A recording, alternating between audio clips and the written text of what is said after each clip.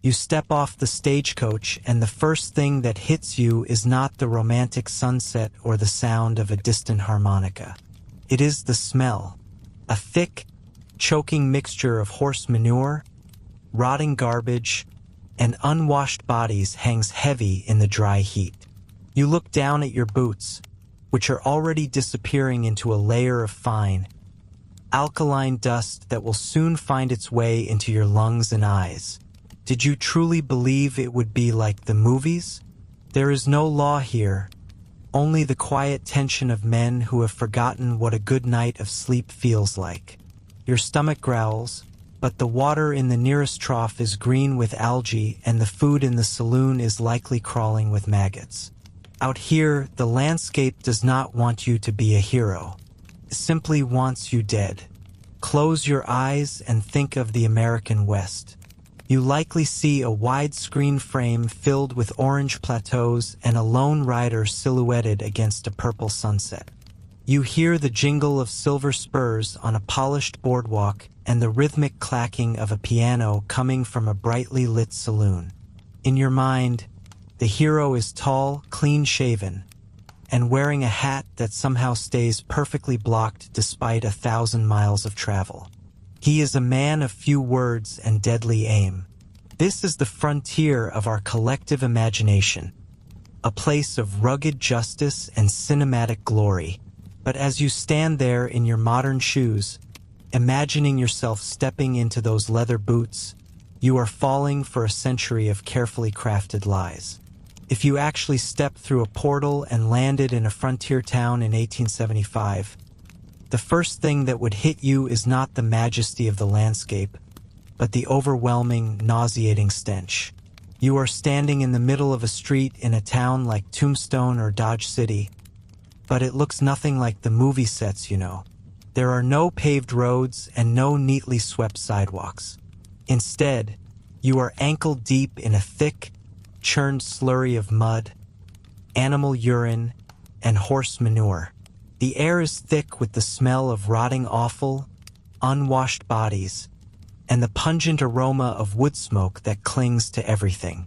There is no quiet majesty here. The soundscape is a chaotic roar of braying mules, the rhythmic thud of hammers, and the constant, buzzing drone of millions of flies. These flies are everywhere. They are crawling on the piles of trash heaped in the alleys. They are landing on the faces of the people passing you by, and they are currently exploring the corners of your eyes and mouth. This is your first lesson in survival. The frontier was not a postcard. It was a sensory assault of filth and flies. Look at the people walking past you. In the movies, the townspeople are background actors in clean period costumes. Here, they are a terrifying testament to the lack of modern medicine and hygiene. You see a man leaning against a hitching post, and as he spits a dark stream of tobacco juice into the mud, you notice his skin is a map of scars and sun damage. His teeth, if he has any left, are blackened stumps.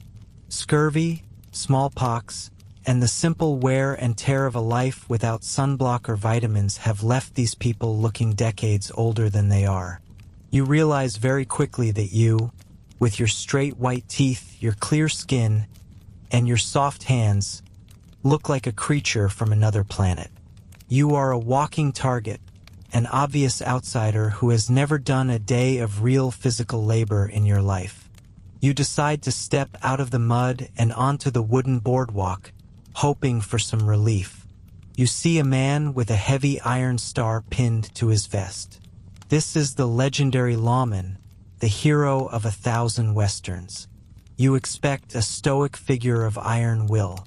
Instead, you see a man who looks tired, dusty, and perhaps a little bit drunk. He is not looking for a dramatic showdown at high noon. In fact, most of what you know about gunfights is a complete fabrication. If you are carrying a revolver on your hip, thinking it makes you look like a local, you are in for a rude awakening. In many of the most famous cattle towns, the very first thing this lawman would do is demand you hand over your weapon. Contrary to the myth of the lawless West, Many frontier towns had much stricter gun control laws than modern American cities. You would be required to check your pistols at the sheriff's office or the local hotel upon entering town limits. The idea of everyone walking around with a six-shooter strapped to their thigh was largely a fiction designed to sell dime novels to people back east. But let's say a fight does break out. You have seen it in the movies 100 times. Two men stand in the street, 50 paces apart. The sun glares. The music swells. They draw with lightning speed, and the villain falls with a single neat hole in his chest. In reality, if you find yourself in a confrontation, it is going to be messy, cowardly, and horrific. Most shootings did not happen in the street at high noon. They happened in cramped, dark saloons or narrow alleys. There was no honor in it. Men shot each other in the back, or they fired from behind the cover of a rain barrel. The guns themselves were often unreliable and inaccurate. Black powder revolvers created massive clouds of thick, choking white smoke. After the first shot, you would be standing in a fog so dense you could barely see your own hand, let alone your opponent. You would be coughing and blinking as bullets whined past your head, likely hitting innocent bystanders or the horses tied outside. There was no cinematic grace in a frontier shooting. It was a panicked, bloody scramble that usually ended with someone dying of an infection days later, rather than a clean shot to the heart. You walk further down the street, feeling the weight of the heat. The sun in the west is not like the sun, you know. Without air conditioning, synthetic fabrics, or cold water, the heat becomes a physical weight. You are likely wearing wool because that is what is available. It is heavy, it is itchy, and it is currently soaked in your own sweat, which has nowhere to go. You see a saloon and think about getting a drink to cool off. You imagine a frosted mug of beer or a smooth glass of whiskey. You step through the swinging doors, and the smell of stale beer and unwashed hair nearly knocks you backwards. The bartender slides a glass toward you, but there is no ice. Ice is a luxury brought in by train at great expense, and it is likely not here today. The beer is warm, flat, and cloudy. The whiskey is even worse. It is often cut with dangerous chemicals like turpentine, ammonia, or even tobacco juice to give it color and kick. One glass of this rotgut could leave you blind or with permanent liver damage. You are not drinking for pleasure. You are drinking because the local water supply is likely contaminated by the seepage from the nearby outhouses. As you sit in the dim light of the saloon, you realize that the biggest enemy you face is not an outlaw or a wild animal. It is boredom. The Hollywood West is a non-stop parade of stagecoach robberies and Indian raids. The real West was a place of endless, mind-numbing waiting. You wait for the rain. You wait for the cattle to move. You wait for the supply wagon that is 3 weeks overdue.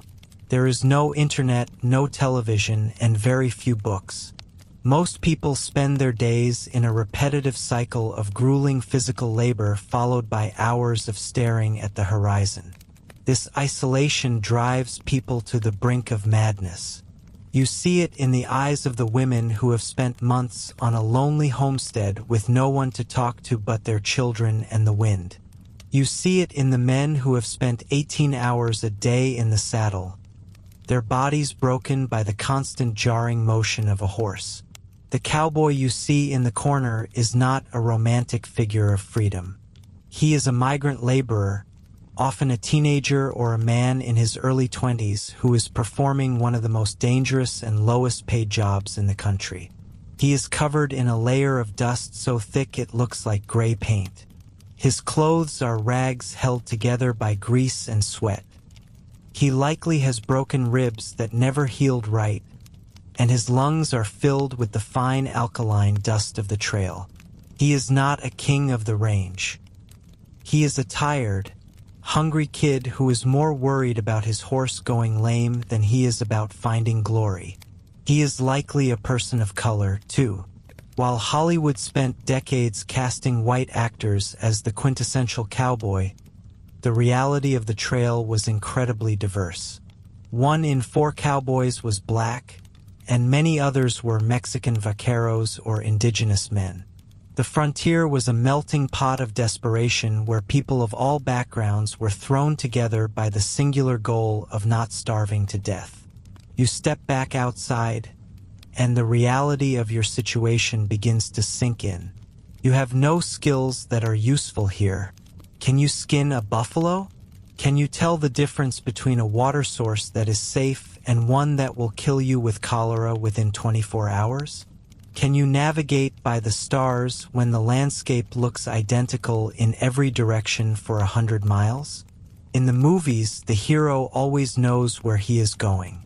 In reality, the West was a graveyard for the overconfident.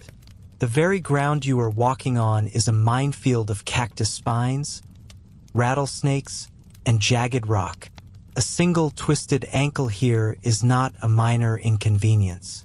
Without antibiotics or modern splints, a broken leg is a death sentence. It is a slow, agonizing slide into gangrene and fever while you lie in a tent listening to the coyotes get closer. The romantic lie of the frontier has told you that this was a place where a man could reinvent himself through grit and determination. But the frontier does not care about your grit. It does not care about your dreams or your destiny. It is a place of brutal physical realities where the margin for error is zero. You realize that you have been sold a version of history that has been scrubbed clean of the filth, the disease, and the crushing loneliness. The Hollywood frontier is a stage where heroes play out dramas. The real frontier is a factory of exhaustion that processes human beings into dust. You look down at your soft, clean hands again and realize that you wouldn't just fail to survive a day. You are already beginning to wilt under the weight of the reality. The sun is still high, the flies are still biting, and the smell of the mud is only getting worse. This is not a movie, and there is no one coming to save you when the credits roll. You are alone in a world that is much older, much dirtier, and much more dangerous than you ever dared to imagine. The first thing you notice is not the silence, but the sound of your own breath. It is a dry, rasping sound that feels like sandpaper rubbing against the back of your throat.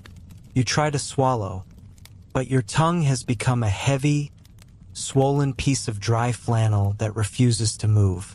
This is your first hour in the high desert of the American West, and you are already beginning to understand that in this world, your life is measured not in years or miles, but in ounces. In your modern life, water is a background character.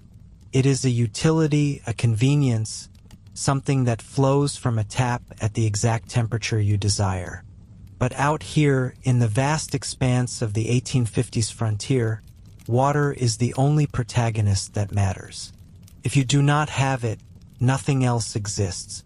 The gold in your pocket, the rifle on your shoulder, and the destination on your map all become meaningless weights. You are currently standing in a landscape that 19th century explorers labeled the Great American Desert. To them, it was a blank spot on the map that promised only one thing: a slow, agonizing death for the unprepared. You look toward the horizon, hoping to see a shimmering line of blue.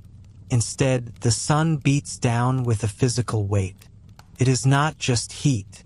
It is an extraction. The dry air is literally pulling the moisture out of your skin, your eyes, and your lungs.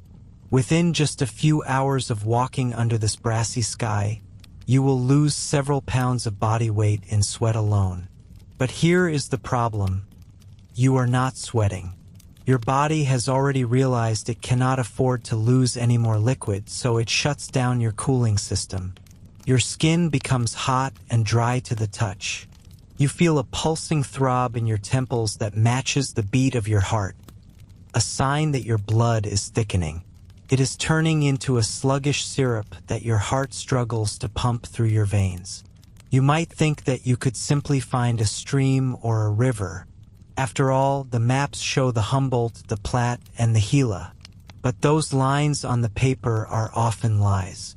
In the West, a river is not always a rushing torrent of cool, clear water. Sometimes a river is a mile wide and an inch deep, a muddy slurry that tastes like old pennies and salt. Other times, the river simply disappears. You might follow a promising bank for miles only to find that the water has vanished into a sink, swallowed by the porous sand and leaving behind nothing but a cracked, white crust of alkali. Let us say you do find a water hole. You stumble toward it, your knees buckling, and you see a pool of standing liquid. Your instinct is to dive in and drink until your stomach aches. But as you get closer, you notice something.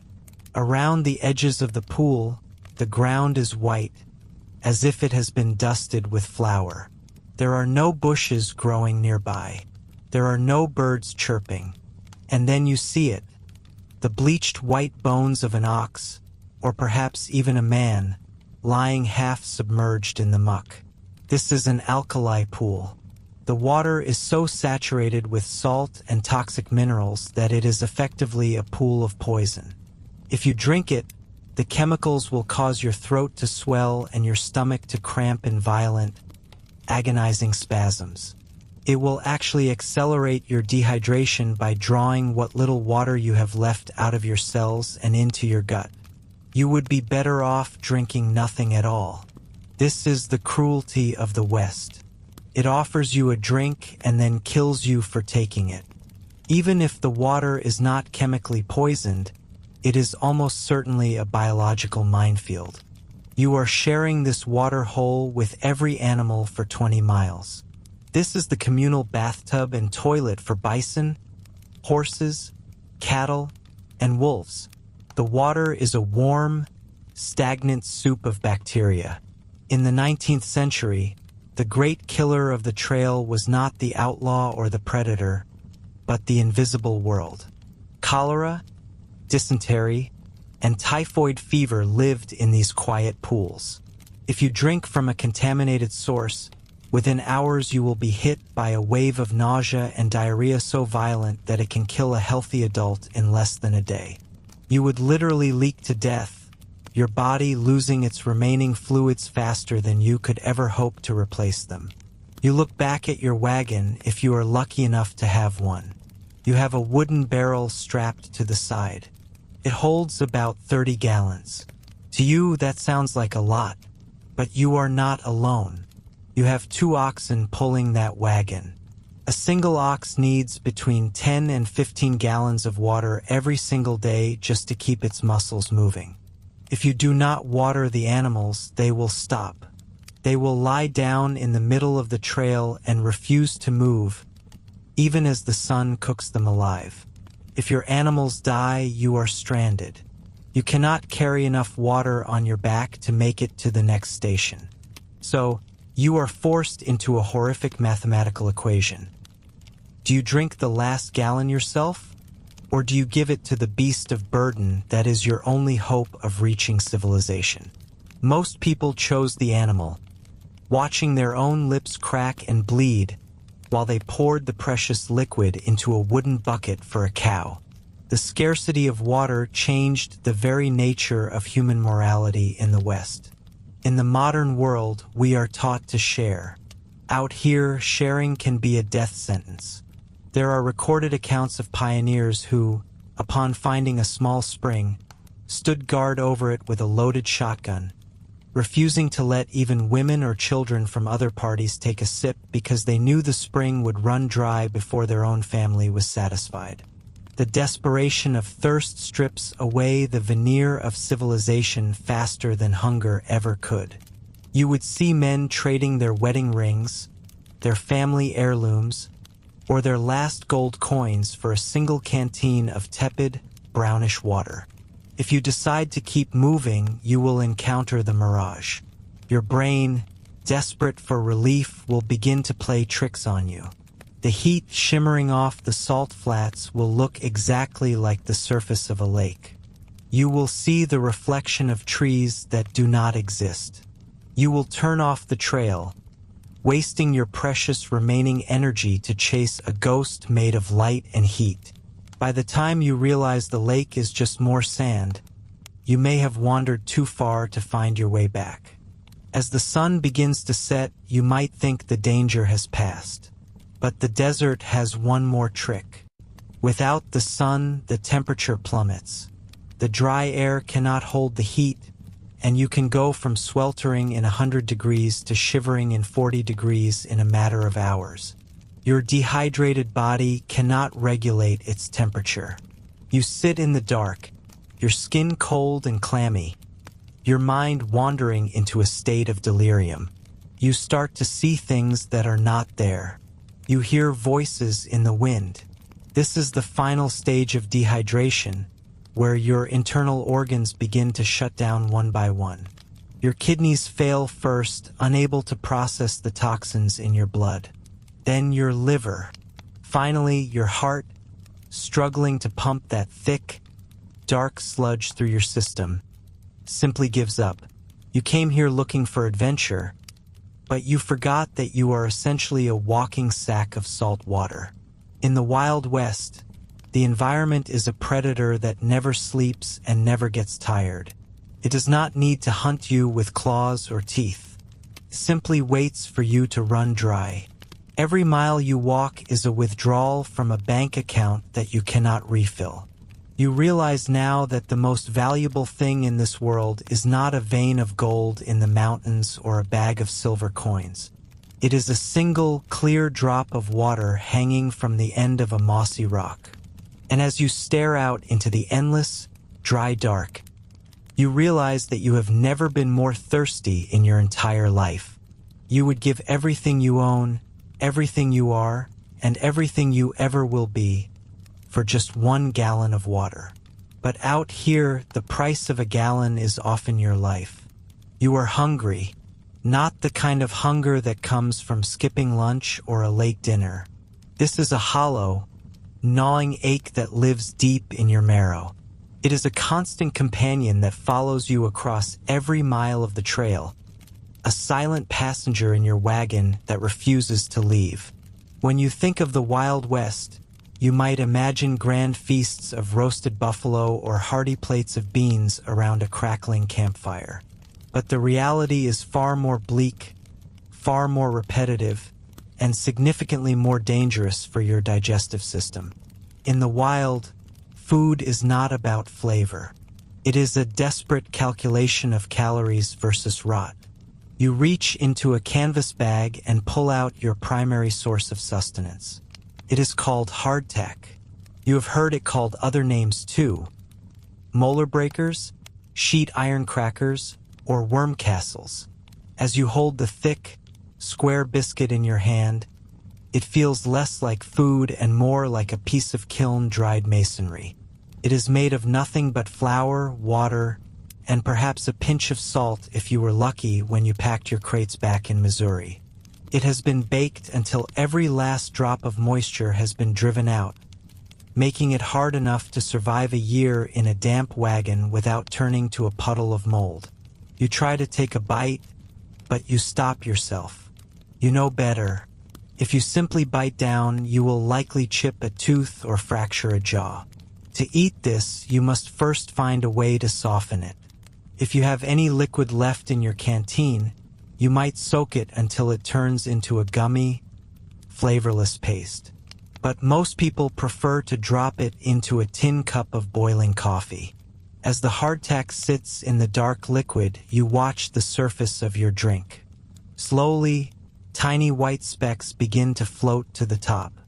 These are weevils, the small beetles that have made their home inside your bread during the weeks of travel. You do not throw the coffee away.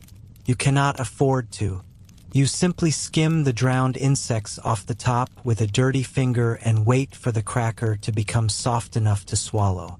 It tastes like wet cardboard and dust, but it is the only thing keeping your stomach from collapsing inward. Then there is the meat. You do not have the luxury of a refrigerator or even a cool cellar. Your protein is stored in a heavy wooden barrel tucked into the back of your wagon, sloshing with a gray, viscous liquid. This is salt pork, the staple of the westward migrant. When you open the lid, the smell hits you like a physical blow. It is the scent of old fat and heavy brine, a metallic and cloying aroma that sticks to the back of your throat. You reach in and pull out a slab of what looks like white marble. It is almost entirely fat, with perhaps a thin, tough ribbon of lean meat running through it. Before you can eat this, you have to boil it. Not once, but 2 or 3 times, just to wash away enough salt so that it does not blister your tongue. Even after boiling, the texture is rubbery and slick. It feels like chewing on a piece of wet leather soaked in grease. You swallow it quickly, trying not to think about how long that pork sat in a warehouse before it was sold to you. Occasionally, you might see a greenish tint on the edges of the meat. You scrape it off with your knife and tell yourself it is fine. Out here, you do not have the privilege of being picky. If you do not eat the rancid pork, you will not have the energy to walk the 15 miles required of you tomorrow. The cooking process itself is a daily struggle that wears on your soul. There are no trees on the Great Plains. There is no seasoned oak or dry pine to build a roaring fire. To cook your beans and boil your coffee, you have to scavenge for fuel.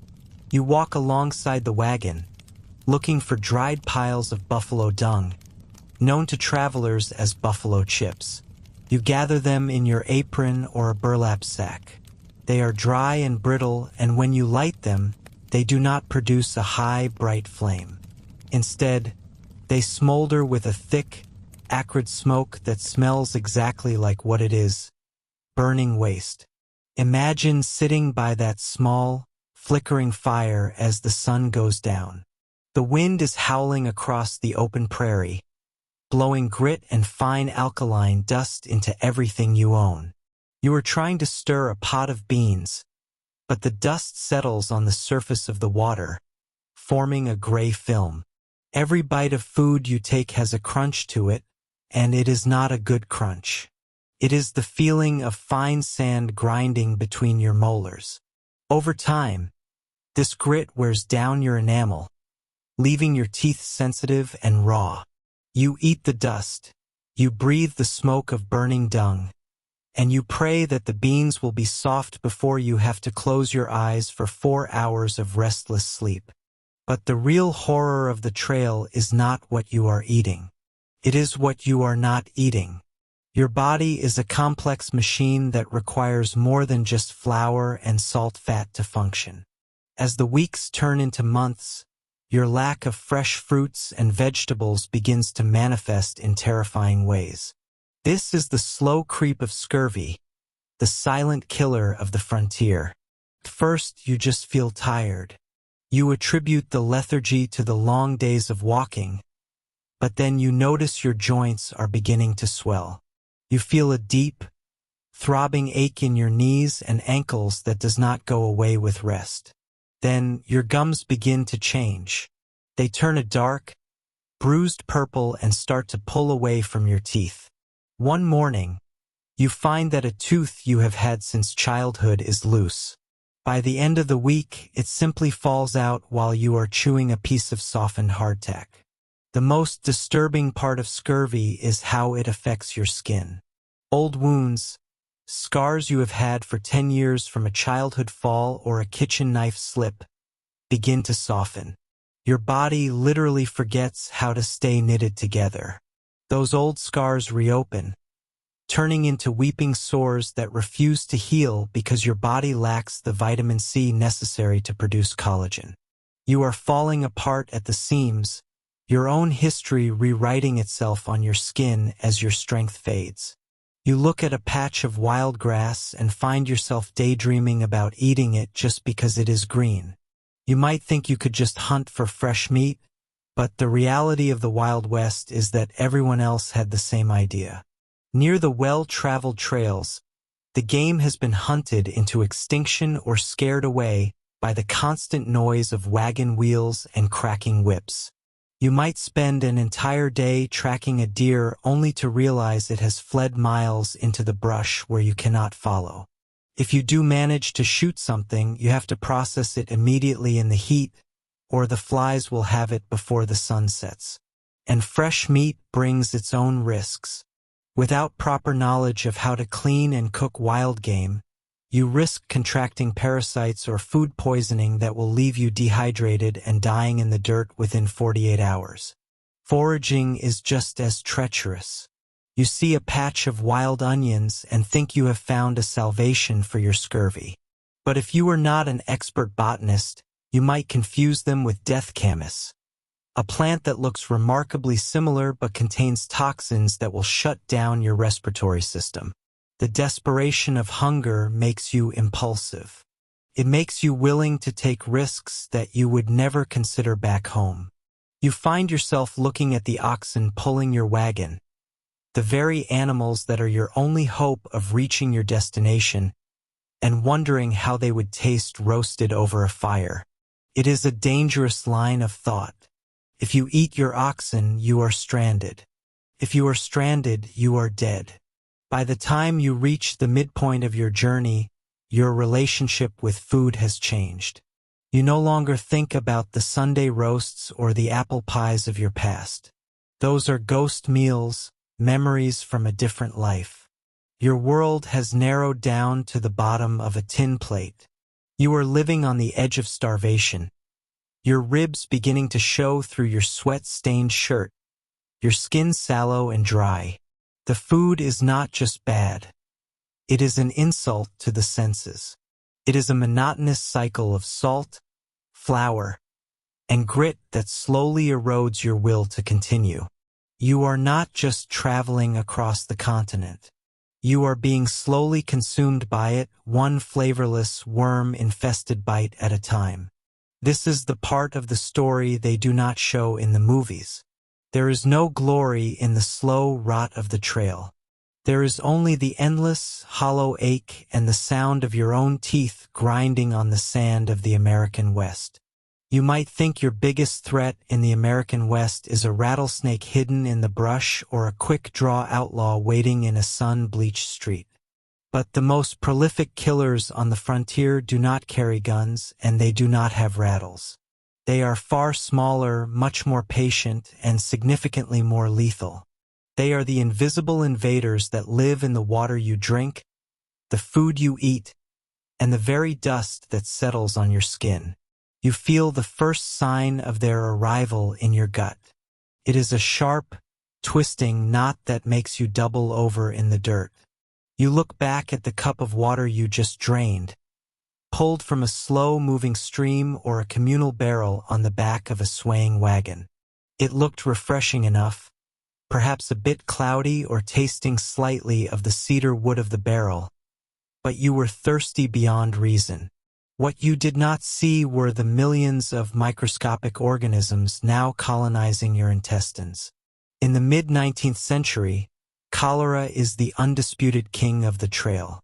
It travels with the migrants, leapfrogging from one wagon train to the next through contaminated water and human waste.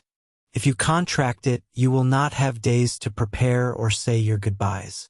You might be perfectly healthy at breakfast, laughing with your family as you hitch the oxen, and be dead before the sun sets.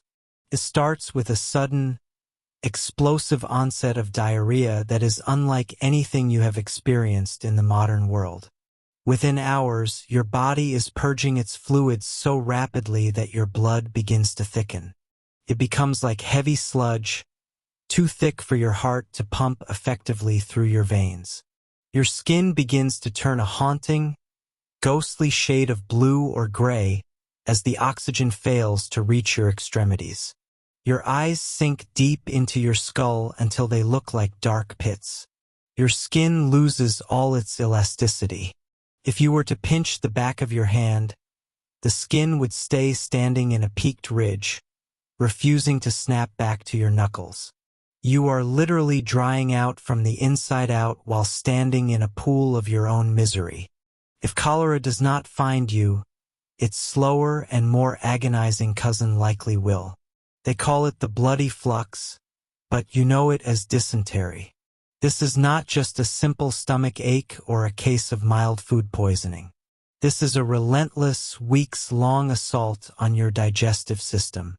Every time you try to eat a bit of salt pork or a crust of hard bread, your body rejects it with violent, gut-wrenching cramps. You are forced to stop the wagon every 20 minutes. In the beginning, your travel companions might be sympathetic. They will offer words of encouragement or a sip of warm whiskey to dull the pain. But as the days turn into a week, their patience begins to thin. Time is the most precious resource on the frontier. If the wagon train stops for you, they risk being caught in the early mountain snows or running out of supplies in the middle of a desert. You see the look in their eyes as they pass your wagon. They are wondering if you are a lost cause. You are forced to perform your most private and painful functions in the open air, with no privacy, no soft paper, and no way to clean yourself. You use a handful of dry prairie grass, a smooth river stone, or a discarded corn cob. Every time you do, you are likely spreading the very bacteria that is killing you to the rest of the camp. This brings us to the underlying horror of frontier life, which is the total absence of what you would call basic hygiene. In your modern world, you likely wash your hands several times a day without even thinking about it. In the West, you might go a month without your hands touching a drop of soapy water. Water is for drinking and for the livestock. To use it for washing your body is seen as a decadent, even dangerous waste of resources. Even if you did have water to spare, you do not have the soap you are used to. Real frontier soap is made from rendered animal fat and lye, a harsh chemical that eats away at your skin and leaves your hands raw and bleeding. It is painful to use and even harder to find. Most people simply do not bother. You wear the same wool trousers and cotton shirt for weeks or months on end. They become stiff with sweat, trail dust, and wagon grease. The smell is something your modern nose cannot even comprehend. It is a thick, cloying miasma of unwashed bodies, rotting food, animal manure, and the iron scent of blood. You stop noticing it after a while, which is perhaps the most frightening part of all. Your own body becomes a stranger to you, covered in a layer of filth that feels like a second skin. Where there is filth, there are flies. They are the true messengers of death in the American West. They swarm over the piles of waste left behind by the thousands of people who traveled the trail before you. They land on the carcasses of dead oxen rotting in the midday sun. Then they fly directly onto your dinner. They crawl over your face while you sleep. They land on your parched lips as you speak. You swat them away until your arms are tired, but there are millions more to take their place. They carry the bacteria from the waste pits directly to your hardtack and coffee, and there is absolutely nothing you can do to stop them. You are living in a biological cycle of infection that no one around you understands. The people you are traveling with have no concept of germ theory. To them, disease is caused by bad air or miasma, or perhaps an imbalance of the internal humors. If you fall ill, the help you receive might be more dangerous than the sickness itself. A frontier doctor, if you can find one, might decide that your blood is too thick or full of toxins. His solution will be to open a vein with a rusted lancet and let you bleed into a tin bowl. In your already dehydrated state, this is often a death sentence. Or perhaps he will give you a heavy dose of calomel. Calomel is a compound made of mercury. It acts as a powerful laxative, which is the absolute last thing a person with dysentery needs. More than that, the mercury starts to poison you. Your gums turn black and begin to recede. Your teeth loosen and eventually fall out of your head. Your jawbone can actually begin to rot away while you are still alive. This is the cutting edge of medicine in the mid-1800s. If the pain becomes too much to bear, you might reach for the only real comfort available on the frontier. Laudanum. It is a tincture of opium dissolved in high-proof alcohol. It is sold in every general store and carried in almost every wagon medicine chest. It does not cure the cholera or the dysentery, but it makes you stop caring that you are dying. It slows your bowels, which might give you a few extra days of life, but it also clouds your mind in a thick fog. You drift in and out of a fever dream, watching the canvas roof of the wagon sway back and forth against the endless prairie sky. You hear the rhythmic creak of the wooden wheels and the distant, sharp crack of a whip. You feel like you are floating, detached from the agonizing cramps and the cold sweat. But laudanum is a jealous master. If you happen to survive the sickness, you might find yourself with a new, even more desperate craving.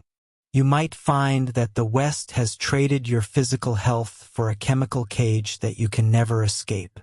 There is no dignity in a frontier death. If the invisible killers take you, there is no funeral parlor or polished mahogany casket.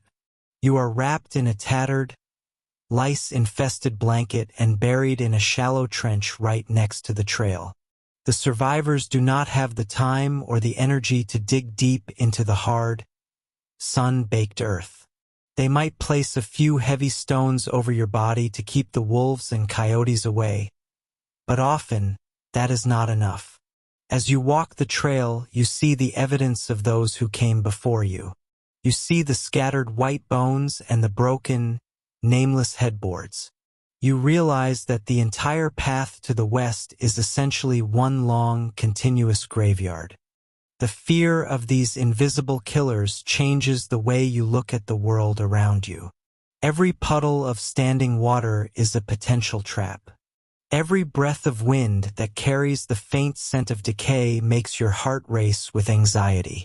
You become suspicious of your own neighbors and friends. If the man in the next wagon starts coughing or looking pale, you find yourself moving your campfire further away from his. The camaraderie of the trail evaporates instantly in the face of a plague. You are alone in a vast, beautiful landscape that is trying to poison you at a cellular level. You realize that your survival does not depend on your bravery, your strength, or your skill with a rifle. It depends entirely on whether or not a single microscopic organism happens to find its way into your cup today. You are a walking ecosystem, and in the Wild West, that ecosystem is under constant siege.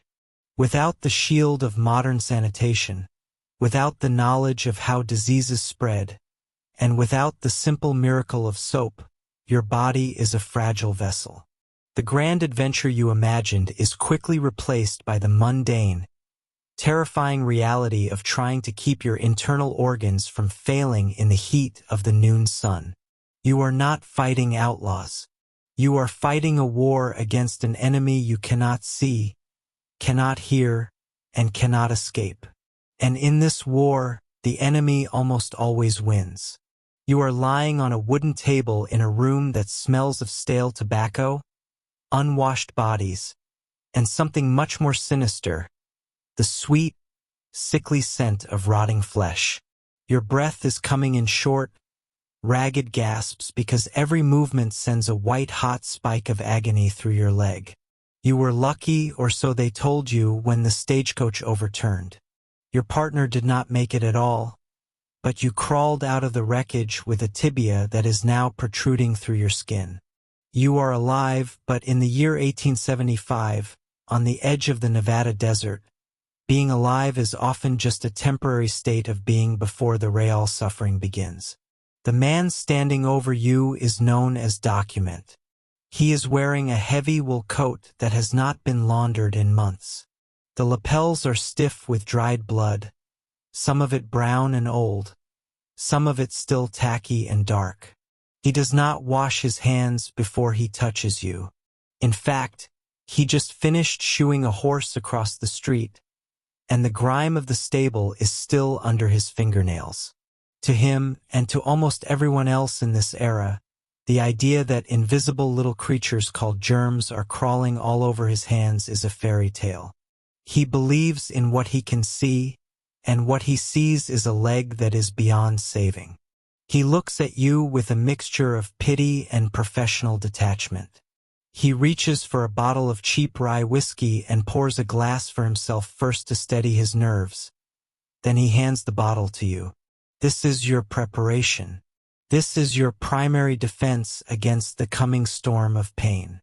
You take a long, burning swallow, but it does do much to dull the throb in your limb. You look around the room for some sign of hope, but all you see are the tools of his trade laid out on a grease-stained cloth. There is a heavy, rusted bone saw with teeth like a woodcutter's tool. There are several knives, some curved and some straight, that look suspiciously like the ones the local butcher uses to prep a side of beef. There is a pair of heavy pliers and a length of silk thread that looks like it came from a sewing kit. There are no monitors. There is no heart rate sensor. There is only the ticking of a grandfather clock in the corner and the buzzing of flies that are landing on your open wound. Doc leans in close, and you can smell the onion and alcohol on his breath. He tells you to take a deep breath and bite down on a piece of thick, salt-cured leather. You realize then that there will be no ether today. Chloroform is expensive, hard to transport across the plains, and notoriously unstable. If the bottle gets too warm or if the mixture is slightly off, it will kill you faster than the injury will. Most frontier doctors would rather you be awake and screaming than dead on the table from a botched dose of anesthetic. So you bite the leather. You grip the edges of the wooden table until your knuckles turn white. The first cut is the easiest, if you can believe that. The knife is sharp, and it slices through the skin and muscle with a terrifying efficiency. You feel the cold steel first, followed by a sensation of heat that is so intense you think your leg must be on fire. You try to scream, but the leather strap muffles the sound into a guttural, animalistic groan. Your vision begins to swim, and the edges of the room turn gray. This is the moment where many people simply pass out from the shock, but your heart is stubborn, keeps beating, forcing you to remain present for every second of the procedure. Then comes the sound.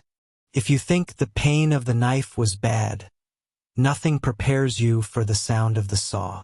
It is a rhythmic, grinding noise that vibrates through your entire skeleton. You can feel the teeth of the blade catching on the hard outer layer of your femur. Doc is working fast now. In the 19th century, the mark of a great surgeon was not his precision or his cleanliness. It was his speed. A man who could take a leg off in under 60 seconds was a hero. He is sawing back and forth, his muscles bulging under his coat, as he tries to beat the clock and the onset of surgical shock. Every stroke of the saw sends a jolt of electricity through your nervous system that makes your back arch off the table.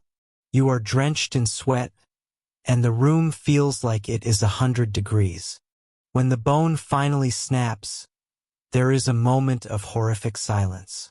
Doc sets the saw down with a heavy thunk and reaches for the silk thread.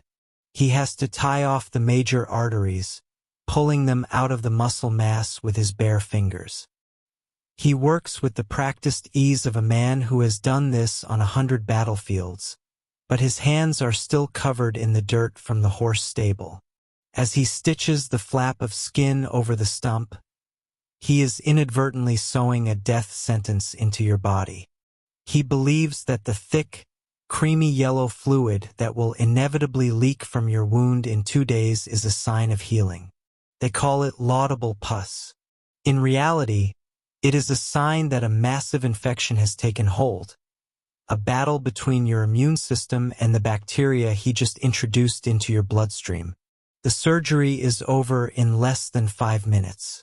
You are gasping for air, your heart hammering against your ribs like a trapped bird. Doc wipes his bloody hands on his apron and offers you another pull of whiskey. He tells you that you are a brave man and that the worst is over. But you and he both know the statistics. Even if you survived the trauma of the amputation, you have a 50% chance of dying from sepsis or gangrene within the week. There are no antibiotics. There is no penicillin. There is only the hope that your constitution is strong enough to fight off the microscopic invaders that are now multiplying in your veins. You will spend the next few days in a haze of fever and delirium. You will lie in a cramped back room, listening to the sounds of the town outside, the horses' hooves on the dirt, the shouts of the miners, the distant piano from the saloon. You will watch the red streaks begin to climb up your thigh, a clear map of the infection traveling toward your heart. The doctor will come in and press a damp cloth to your forehead, but he has no tools left to help you. He has done all that 19th century science allows. He has removed the source of the immediate problem, but he has replaced it with a silent killer that he does not even believe exists. The physical toll of this experience is something a modern person can barely wrap their head around. Today, we expect a sterile environment, a team of experts, and a deep, painless sleep. In the Old West, medicine was a brutal, desperate business. It was a trade of trade-offs. You traded a limb for a few more days of life. You traded the agony of the saw for the chance to see the sun rise one more time. And yet, for all the horror of it, there was a strange kind of courage in it too. Both the doctor and the patient knew the odds were stacked against them. They knew that the instruments were dirty and the medicine was primitive. But they tried anyway. As you lie there, drifting in and out of consciousness, you realize that the Wild West was not just a land of outlaws and gunfights. It was a land of quiet, agonizing endurance. It was a place where a simple broken bone or a stray splinter could result in a nightmare of cold steel and searing pain. You are one of the thousands who had to face the surgeon's saw without the mercy of sleep. Whether you survive the night or become another nameless grave on the outskirts of town depends entirely on luck and the strength of your blood. In this world, the doctor's office was often just a waiting room for the funeral parlor. The saw was always sharp, the whiskey was always cheap, and the line between life and death was as thin as a single stitch of silk thread. You have survived the day, perhaps, but the night is coming. And in the 19th century, the night is where the fever truly begins its work. As the lamp light flickers and the shadows stretch across the wooden walls, you find yourself praying for the one thing that is hardest to find in the West, a tomorrow that does not hurt. You might think that after surviving the outlaws, the predators, and the invisible killers hiding in your drinking water, you could finally catch your breath. You look out over the vast, rolling plains of the American West, and for a fleeting moment, the horizon looks peaceful. The grass waves in a gentle breeze, and the sky is a blue so deep it feels like you could drown in it. But do not let that beauty fool you. In the frontier, the land itself is a living, breathing entity, and it does not want you there. It is a place of extremes where the weather is not just an inconvenience, it is a weapon. You are about to learn that in the Wild West, Mother Nature does not just have a temper. She is prone to fits of absolute, unbridled rage. Imagine you are standing outside your sod house on the Kansas prairie. The morning was unnaturally still. The birds have stopped singing, and the air feels heavy, like a wet wool blanket pressed against your face. Then you see it on the horizon. It looks like a mountain range that was not there 10 minutes ago. A wall of charcoal gray and bruised purple rolling toward you at terrifying speed. This is not a rain cloud. This is a black blizzard. Before you can even turn toward your door, the wind hits you with the force of a physical blow. It is not just air, it is solid. The sky turns from day to night in a matter of seconds. You scramble inside, slamming the heavy wooden door and shoving rags into the cracks around the frame. But it is useless. The dust is everywhere. It is in your hair, behind your eyelids, and coating your tongue with the bitter taste of pulverized earth. You cover your face with a damp cloth, but every breath you take feels like inhaling sandpaper. Outside, the wind is screaming, a high-pitched howl that sounds like 1,000 banshees. This is the reality of the dust storms that ravaged the plains long before the famous Dust Bowl of the 1930s. In the mid to late 1800s, these storms were a constant, terrifying threat. They could last for hours or even days, stripping the paint off wood and the skin off any animal unfortunate enough to be caught outside. When the wind finally dies down, you will step out into a world that has been buried. Your crops are gone, choked under inches of fine silt. Your cattle are gasping, their lungs filled with the same dirt you have been coughing up. They call it dust pneumonia, and it kills the young and the old just as surely as a bullet would. But maybe you decide to head south, away from the choking dust of the plains. You find yourself in the high deserts and deep canyons of the Southwest. Here, the sun is your constant companion, a white-hot disk that bakes the earth until it is as hard as concrete. You are traveling through a dry wash, a sandy riverbed that looks like the perfect, flat path for your wagon. The sky above you is clear and mercilessly hot. You have not seen a drop of rain in weeks. You feel safe. Then you hear it. It starts as a low rumble, like a distant freight train echoing off the canyon walls. You look up at the blue sky, confused. There is no storm here, but miles away, in the mountains you cannot even see, a localized cloudburst has dumped millions of gallons of water in minutes. The baked earth cannot absorb it. Instead, the water gathers, funneling into the narrow canyons and dry arroyos, picking up boulders, uprooted trees, and thick, heavy mud as it goes. By the time it reaches you, it is a churning wall of chocolate-colored destruction 10 feet high. You have seconds to react. If you cannot scramble up the crumbling rock walls of the canyon in time, you and your wagon will be swept away. People in the West did not just drown in floods, they were crushed by the debris the water carried. When the flash flood passes, the wash will be dry again within hours, leaving nothing behind but the wreckage of your life buried in the mud. If the water does not get you, the wind will try a different tactic. Out on the open plains, there is nothing to break the flow of the atmosphere. When the cold air from the north slams into the warm, moist air from the Gulf, the sky turns a sickening shade of green. You watch as a finger of cloud reaches down from the heavens, dancing and spinning until it touches the earth. You are witnessing a twister. In the 19th century, there were no sirens, no radar, and no way to know which way the monster would turn. You have no basement, only a shallow root cellar if you are lucky. You huddle in the dark, listening to the sound of your home being ripped apart above your head. The power of a frontier tornado was legendary, capable of driving a blade of grass through a fence post or lifting an entire herd of cattle and depositing them miles away. For the pioneer, a tornado was not just a storm, it was an act of God that could erase years of hard work in 30 seconds. Then there is the heat.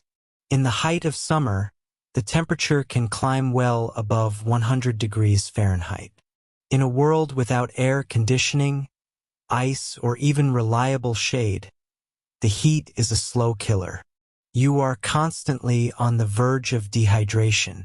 Your skin cracks and bleeds.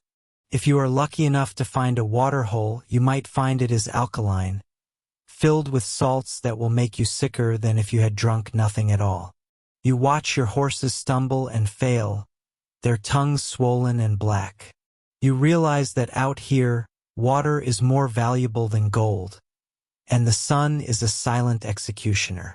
But the West has a cruel sense of balance. Just as you survive the blistering heat of August, the calendar turns, and the land prepares to freeze you out.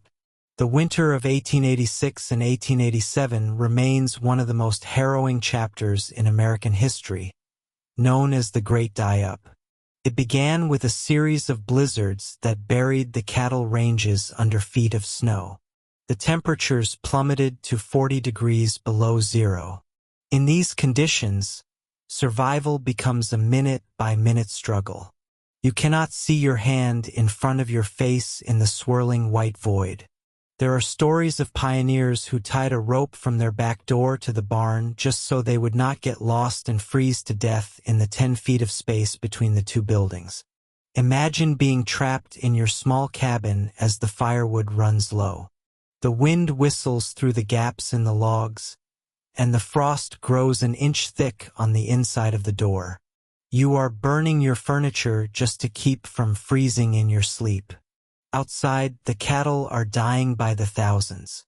They huddle together for warmth until the ones on the outside freeze solid, creating a wall of carcasses.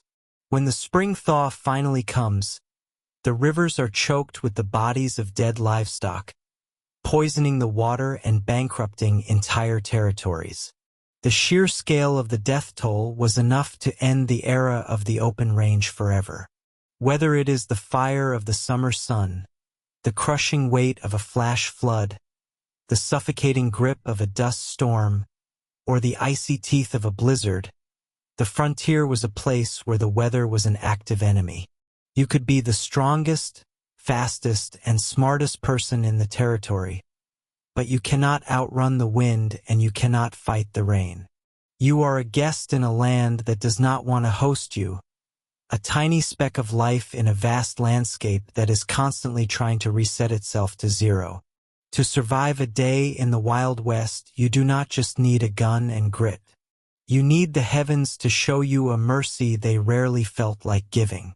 As you stand in the aftermath of yet another storm, looking at the ruins of your hope, you realize that the most dangerous thing in this land is not the man with the pistol. It is the very air you breathe and the ground beneath your feet. The environment is not just a backdrop. It is the ultimate judge, jury, and executioner.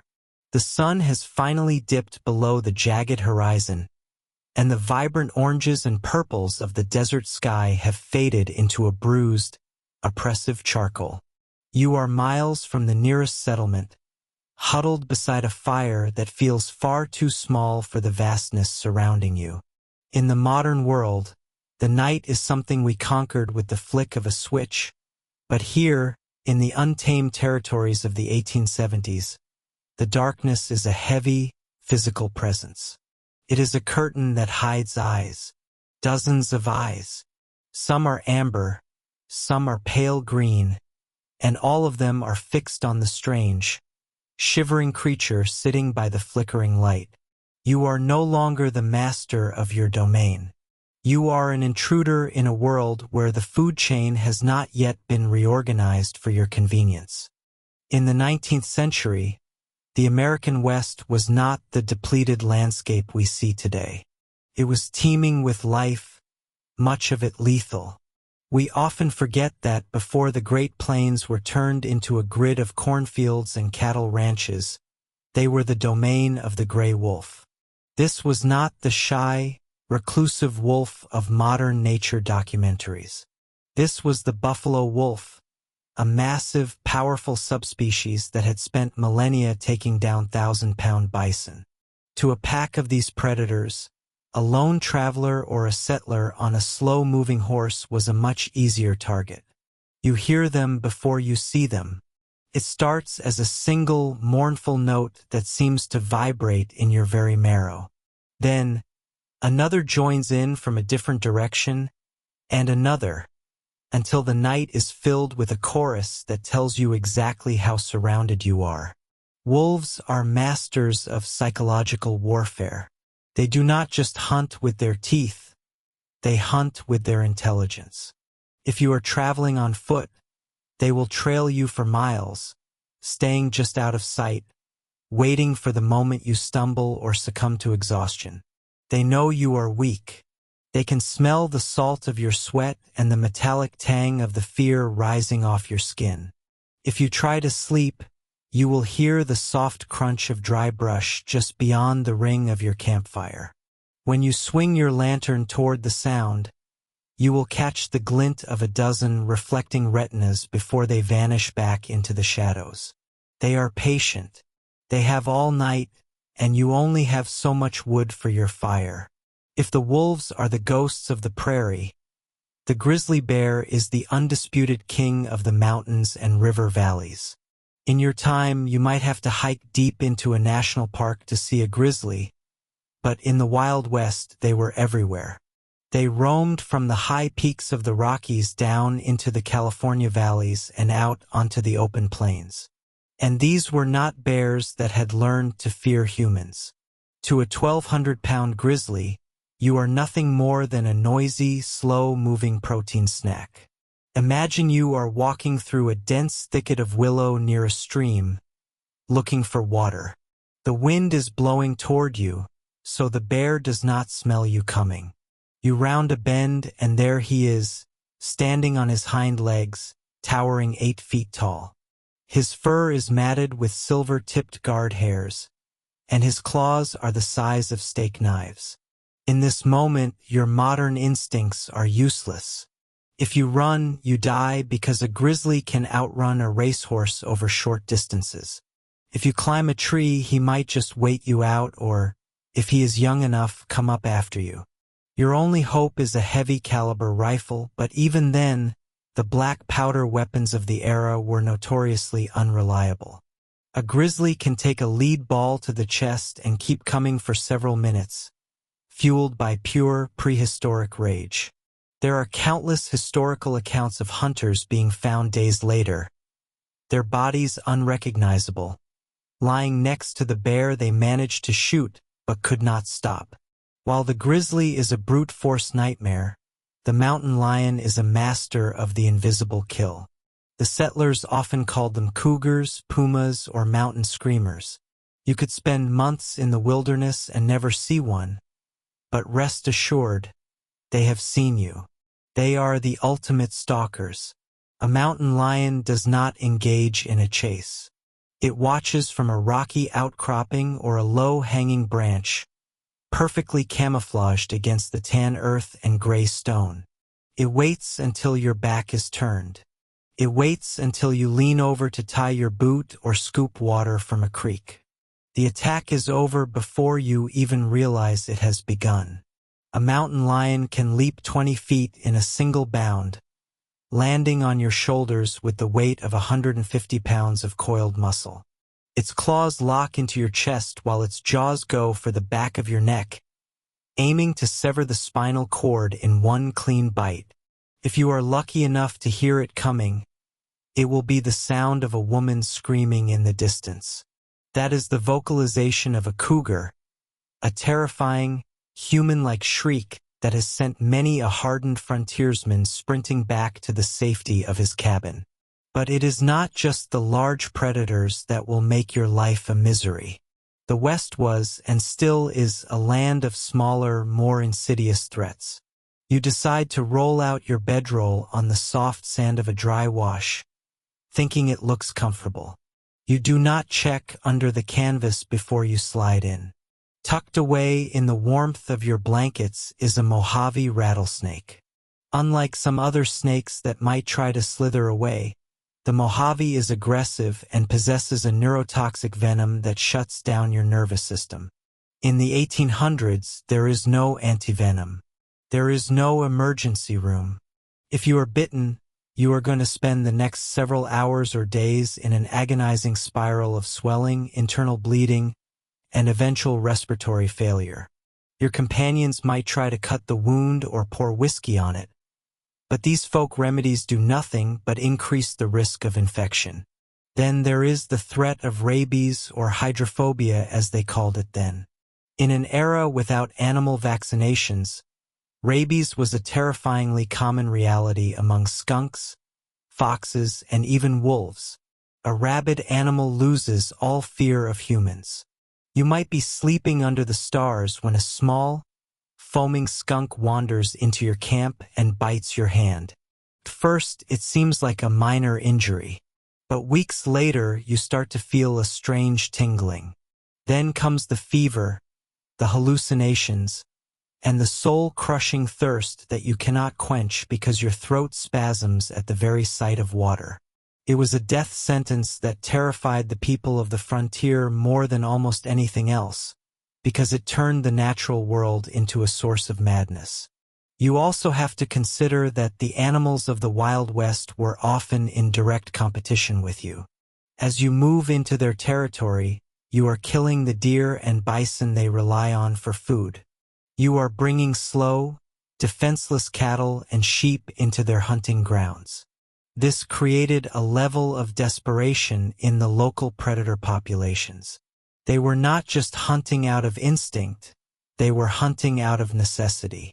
A pack of coyotes might not typically attack a man, but if you are injured or weakened by disease, they will circle you like vultures, nipping at your heels and waiting for you to drop. Even the insects are out for blood. We are not just talking about the nuisance of mosquitoes.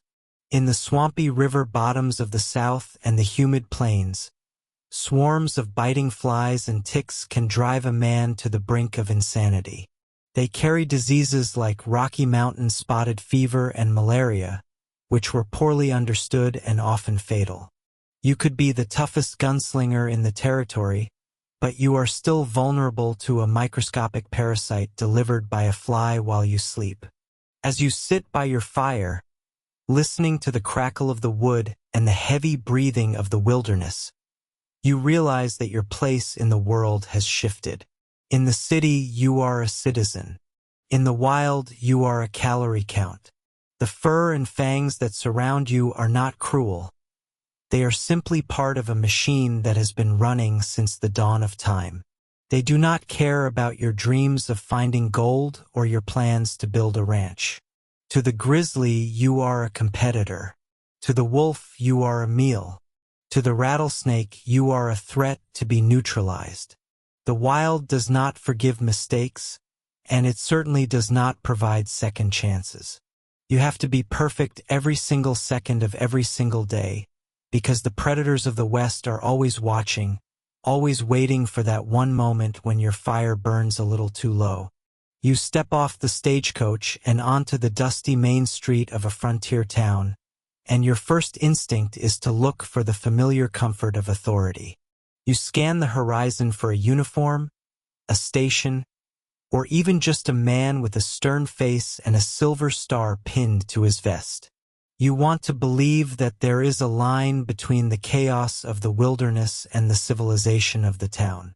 You want to believe that if someone grabs your collar or reaches for your wallet, you can simply cry out for help and the machinery of justice will grind into motion to protect you. But as the dust settles around your boots, you need to realize something very quickly if you want to survive. In the American West, the law is not a shield. It is a fragile, often invisible thread, and most of the time it is not even there at all. When you think of the Old West, you probably think of the legendary lawmen. You think of Wyatt Earp at the OK Corral or Wild Bill Hickok patrolling the streets of Abilene. You imagine a world where the good guys and the bad guys are clearly defined by the color of their hats. But the reality you are standing in is far more blurred and far more dangerous. The man wearing the badge in this town might have been a stagecoach robber in the next territory over just 6 months ago. In fact, many towns sought out the most violent, feared gunmen they could find to serve as their marshals. They did not want a man of peace. They wanted a wolf who was willing to bite other wolves.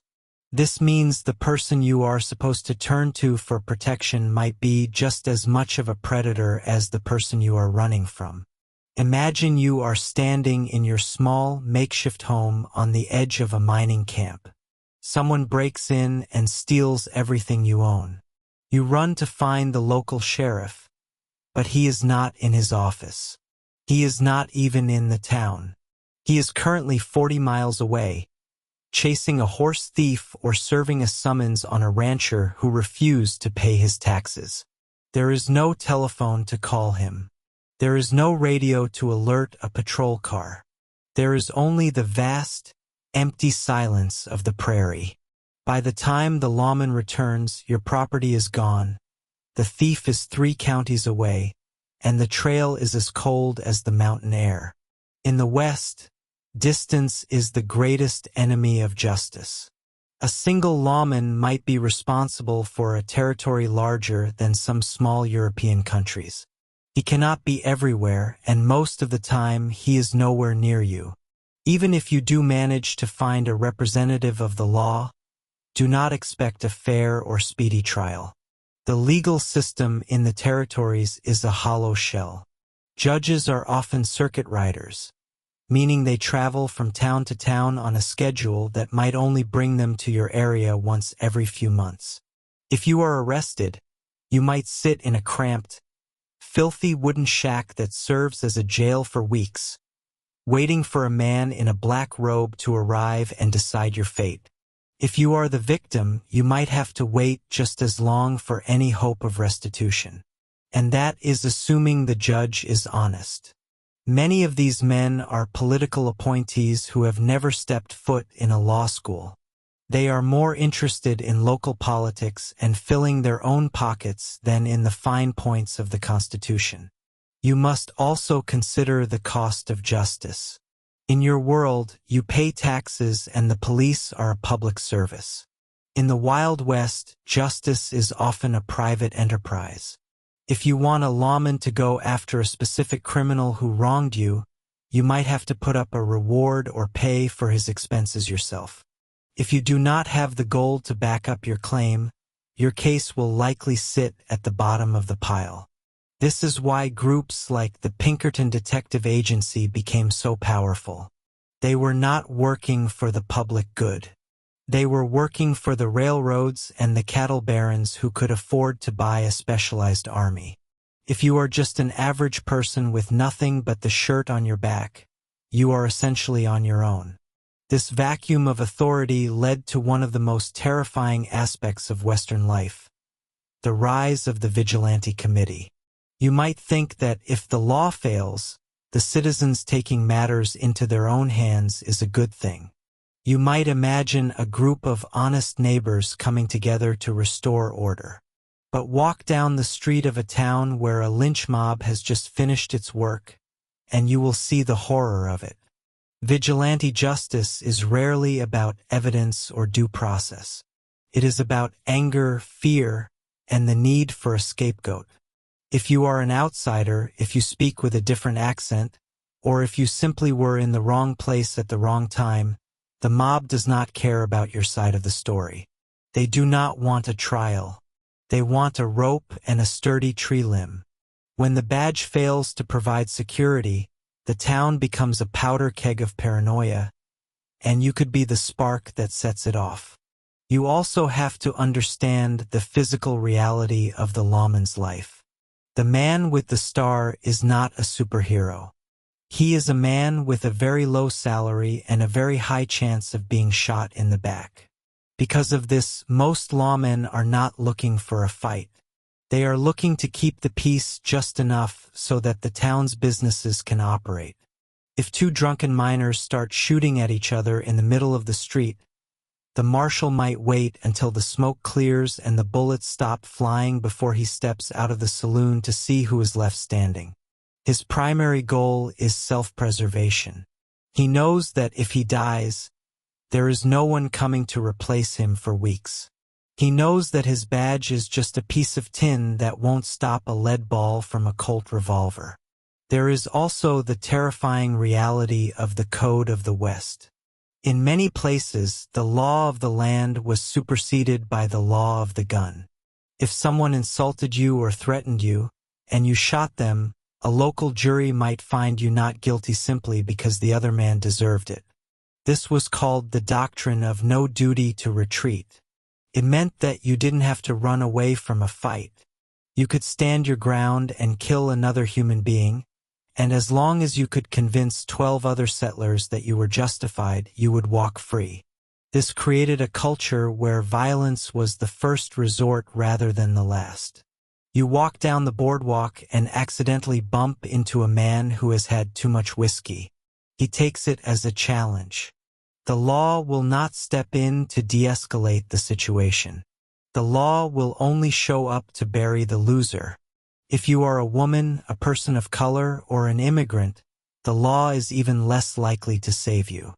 The legal protections you take for granted today simply did not apply to everyone in the frontier.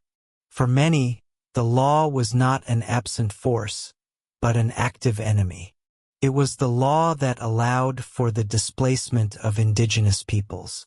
It was the law that turned a blind eye to the exploitation of Chinese laborers.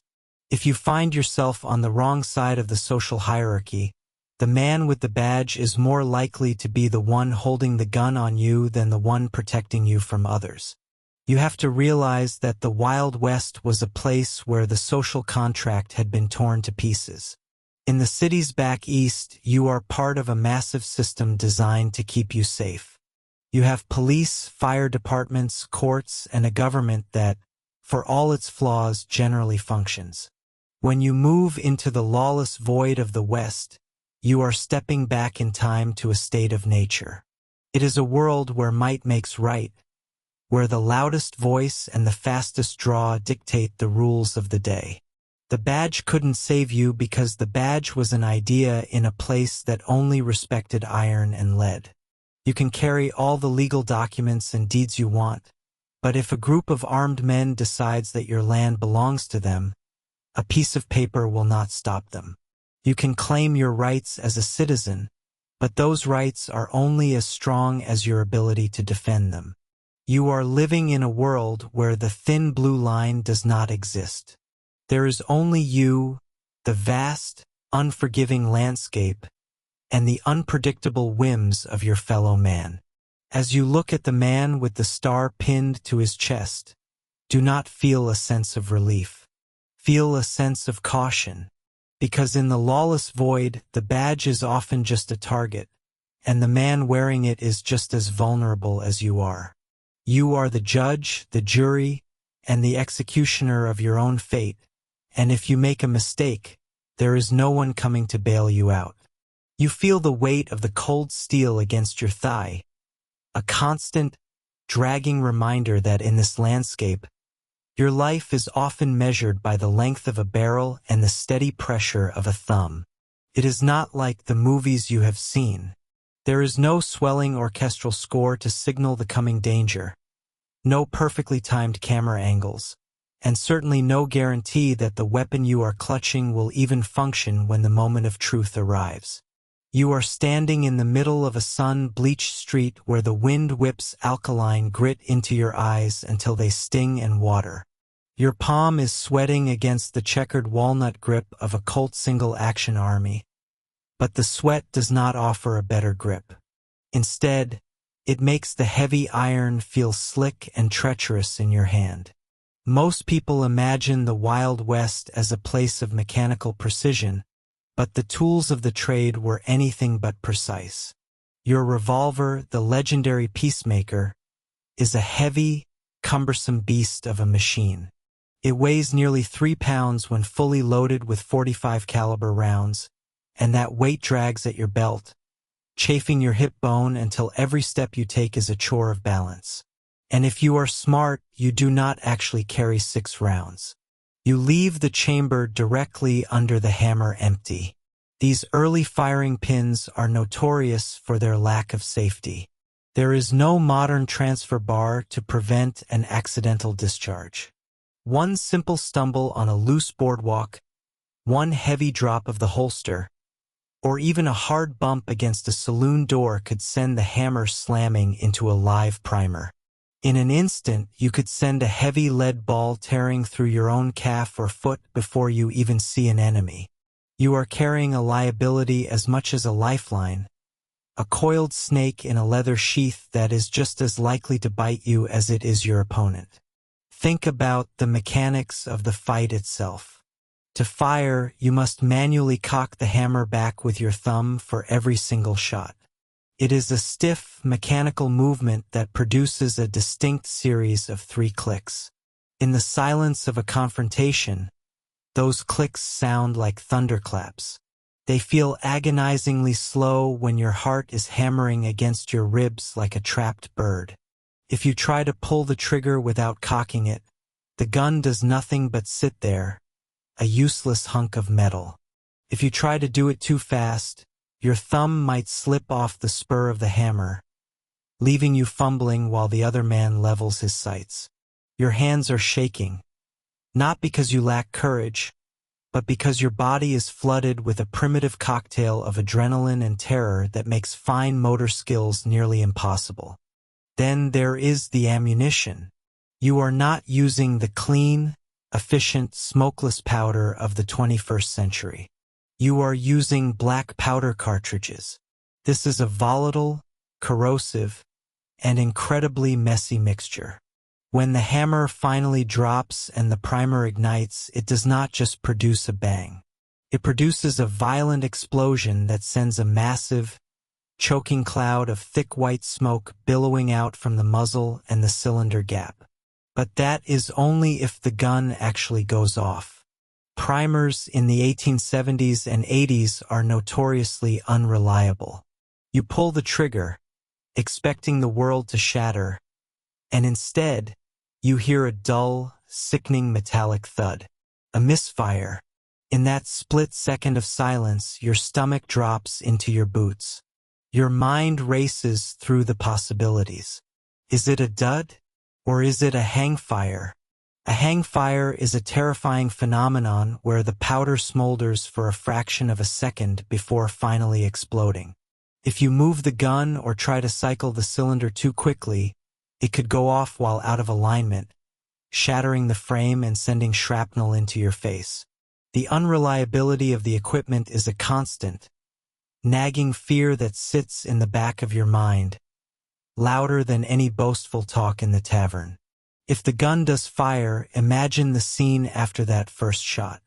You are instantly blinded. That massive cloud of sulfur smoke hangs in the stagnant, hot air, smelling like rotten eggs and burnt matches. It does not dissipate quickly.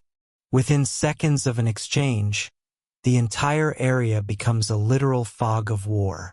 You cannot see your opponent, and they cannot see you. You are both standing in a white haze, coughing on the acrid fumes, firing blindly at the last place you saw a flash of movement. It is not a duel of sharpshooters. It is a desperate, frantic scramble for survival in a self-inflicted cloud of filth. And do not believe the stories about hitting a silver dollar at 50 paces. The sights on your revolver are nothing more than a tiny V-shaped notch on the frame and a thin blade at the end of the barrel. They are nearly impossible to align when your vision is blurring and the barrel is vibrating from your own heartbeat. Most gunfights in the actual West happened at a distance of less than 10 feet, and even then men missed. They missed because the recoil of a .45 caliber round is enough to wrench the barrel toward the sky with every shot. They missed because the trigger pull is heavy and gritty, causing the muzzle to jerk to the left or right. You might fire every round in your cylinder and hit nothing but the wooden siding of the general store or a poor horse tied to a hitching post across the street. If you were truly worried about surviving, you would not be reaching for a pistol at all. You would be carrying a double-barreled shotgun, the real king of the frontier. It does not require the finesse or the steady hand of a marksman. It is a brutal, blunt instrument of destruction. But even the shotgun has its drawbacks. It is long, heavy, and it screams to everyone in town that you are looking for trouble. Carrying a long gun is a public declaration of war, and in a world where everyone is already on edge, that declaration might get you shot from a second-story window before you ever have the chance to level your barrels. Let us talk about the reality of the wounds. A heavy lead ball from a frontier rifle or revolver does not just poke a clean hole through you. These are soft lead projectiles traveling at relatively low velocities compared to modern rounds. When they hit human flesh, they mushroom and flatten. They do not pass through. They tumble. They shatter bone into 1,000 jagged shards that act like internal shrapnel. They carry bits of your dirty wool shirt, greasy skin, and trail dust deep into the wound. There are no antibiotics in your saddlebags. There are no trauma centers with sterile operating rooms. If you are shot in the gut, it is a slow, agonizing death sentence. You will spend days in a delirium of fever and infection as your intestines leak into your abdomen. If you are hit in the arm or leg, the local doctor, who might have received his medical degree through a mail-order catalog, will likely reach for a bone saw. He will pour a bit of cheap whiskey down your throat, put a piece of leather between your teeth, and start cutting. The mortality rate for amputations is staggering, not just from the shock of the procedure, but from the gangrene that almost inevitably follows in the days after. The psychological weight is perhaps the heaviest burden of all. The greatest myth of the West is the quick draw standoff. In reality, most men who were killed in gunfights never even saw the person who shot them. They were shot from alleyways, through windows, or from behind. Ambush was the preferred method of the era because no one in their right mind wanted to give an opponent a fair chance when the stakes were a slow death in the dirt. Even if you do find yourself in a face-to-face confrontation, the man who wins is rarely the one who is fastest with his holster. He is the one who is willing to take that extra half second to actually look through his sights. He is the one who does not panic when his gun jams or when the black powder smoke blocks his view.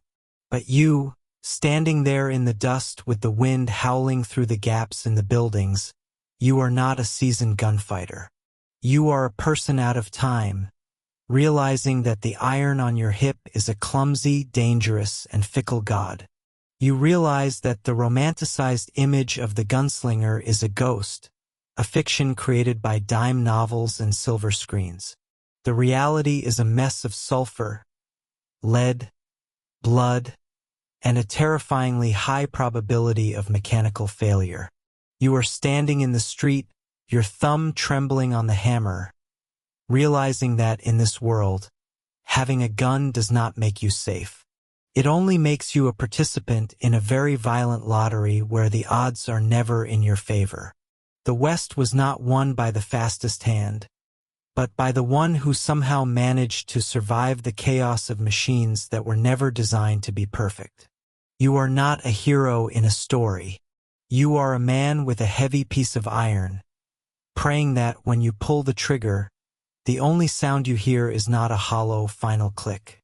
You wake up before the sun even considers touching the horizon. In the modern world, you might call 4 in the morning an ungodly hour, but in the American West of the 1870s, it is simply the time the world demands you begin your labor. Your bed is likely a crude frame strung with rope or a simple sack stuffed with dried corn husks that rustle and poke into your ribs every time you turn. There is no such thing as a refreshing night of sleep here. You wake up not with a sense of peace, but with a dull, throbbing ache in your lower back that has become your constant companion. Your joints pop like dry kindling as you swing your legs over the side of the bed. Your feet hit a floor made of packed dirt or rough-hewn planks that send a chill straight up your spine.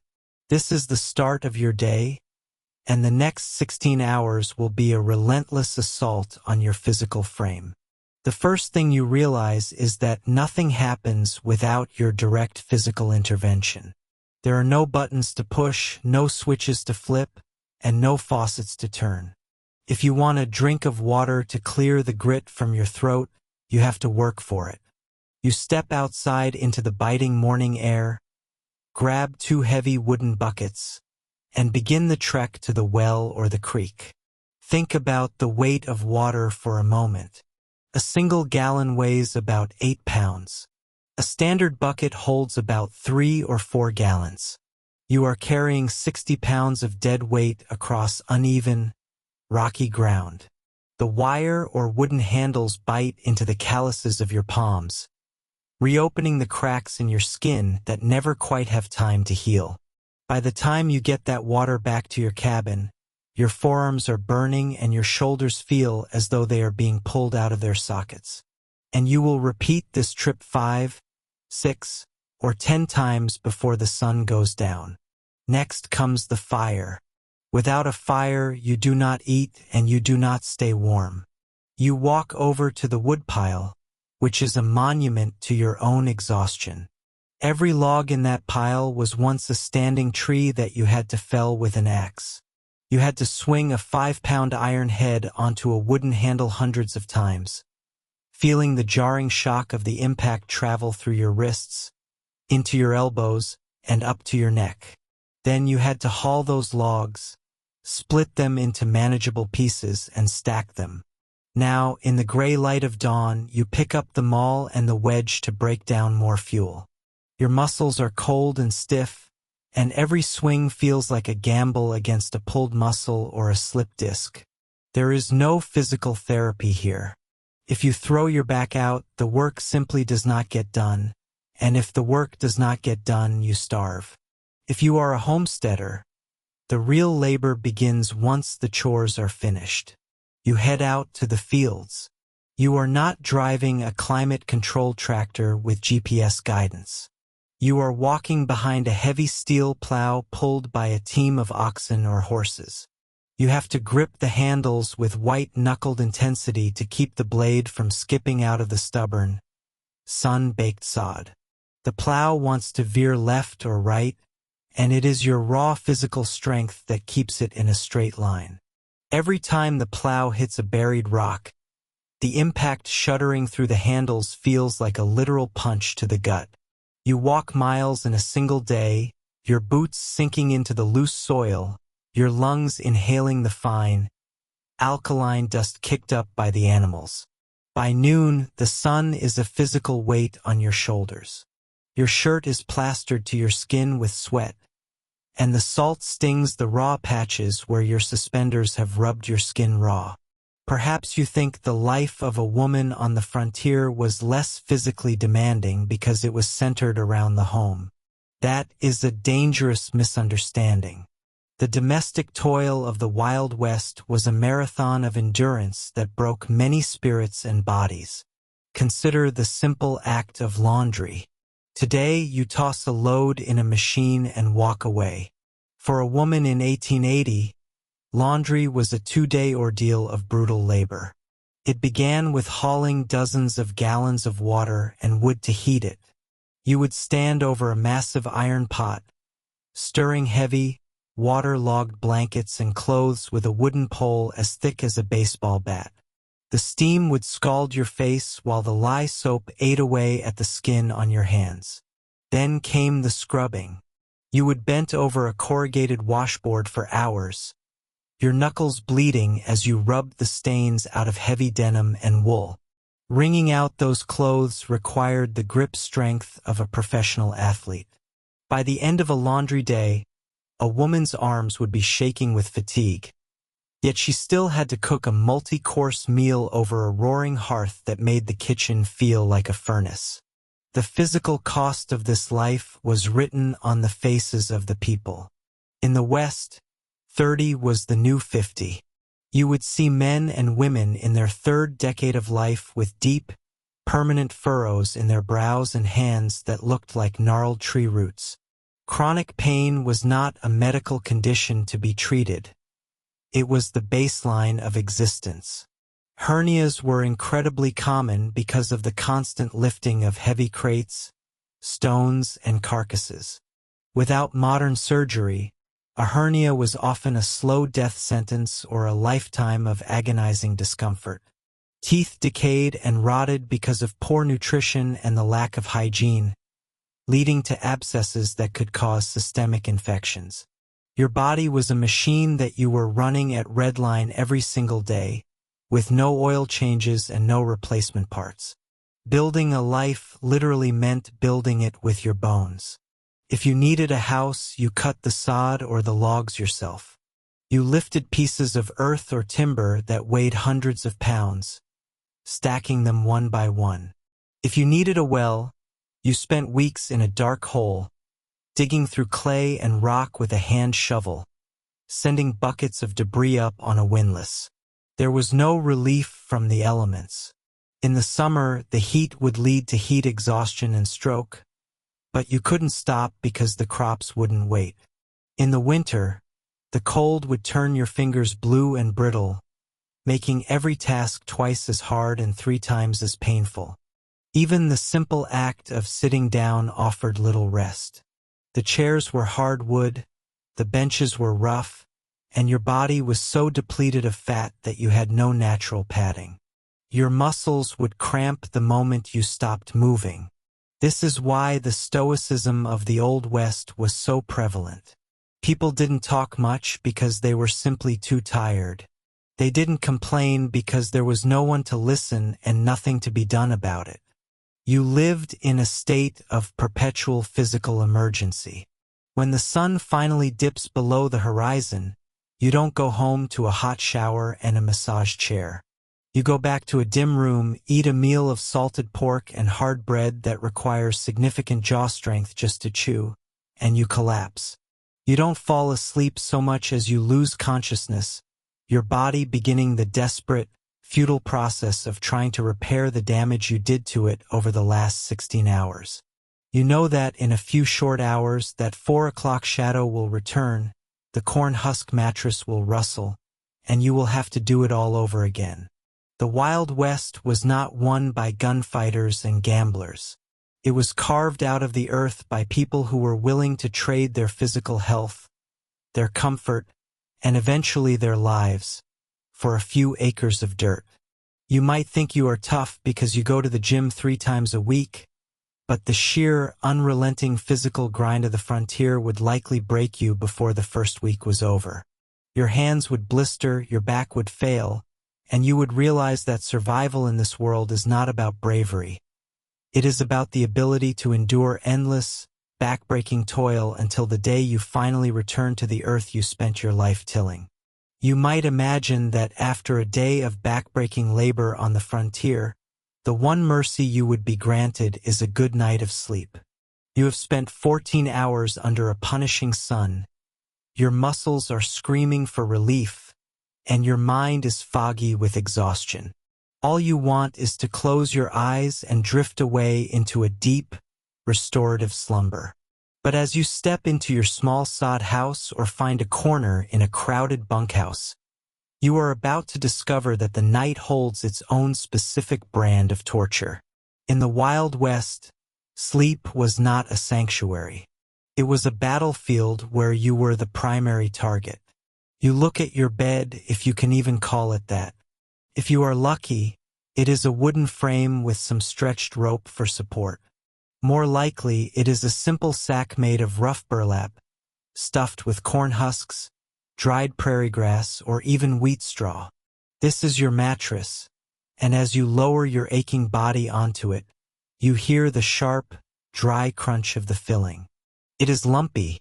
It smells of dust and old vegetation, and it offers almost no cushioning for your sore joints. But the discomfort of the straw is nothing compared to what is living inside of it. You blow out the kerosene lamp and settle into the darkness, but the silence does not last long. Within minutes, you feel it. A tiny, light tickle on your ankle, then another on your wrist. You brush your hand against your skin, but the sensation persists. You are not alone.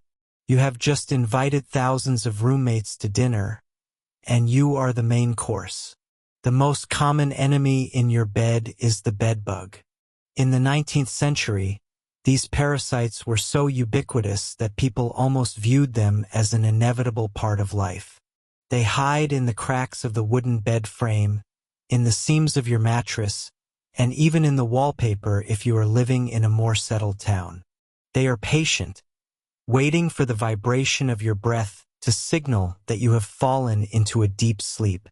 When the room goes still, they emerge. As you lie there, you might notice a strange, sickly sweet odor in the air. Some people describe it as smelling like overripe raspberries or coriander. To a seasoned frontiersman, that smell is a warning. It is the scent of a heavy bedbug infestation. These insects do not just bite once and leave. They crawl across your skin, probing for a vein, and feed until they are bloated and crimson.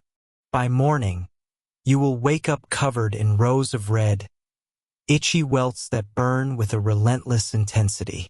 You will spend your entire day scratching them until they bleed, only to have the cycle repeat when the sun goes down again. But bedbugs are only the beginning of your nighttime misery. If you have been living on the trail or working in a dusty camp, you are likely playing host to body lice, often referred to by the men of the era as graybacks or seam squirrels. Unlike head lice, these parasites live in the fibers of your clothing, particularly in the warm, protected seams of your wool union suit or your heavy trousers. Since you probably only have 1 or 2 changes of clothes and no access to a washing machine, these lice have established a thriving colony in the very fabric that touches your skin. Every time you move, you disturb them, and they respond by biting. They cause an itching so deep and persistent that it can drive a person to the brink of insanity. You might see men standing near a campfire, reaching inside their shirts to frantically scratch their chests or backs. This was not a sign of poor character, it was simply the reality of frontier life. These lice were more than just a nuisance. They were carriers of disease, including typhus, which could sweep through a camp and kill dozens of men in a matter of weeks. Now, imagine you are sleeping in a sod house, a structure literally made from the earth beneath your feet. The ceiling above you is composed of layers of dirt and grass, held up by wooden rafters. It is a haven for every creeping thing that crawls across the prairie. As you sleep, bits of dirt constantly drift down onto your face. And along with that dirt come the spiders. Great, hairy wolf spiders, or the more dangerous black widows, often find their way into the warm thatch of your roof. You might wake up in the middle of the night to the sensation of something heavy and multi-legged skittering across your forehead. In the southern reaches of the frontier, you also have to worry about scorpions. They love the dark, cool crevices of a home, and they are notorious for crawling into boots or between blankets.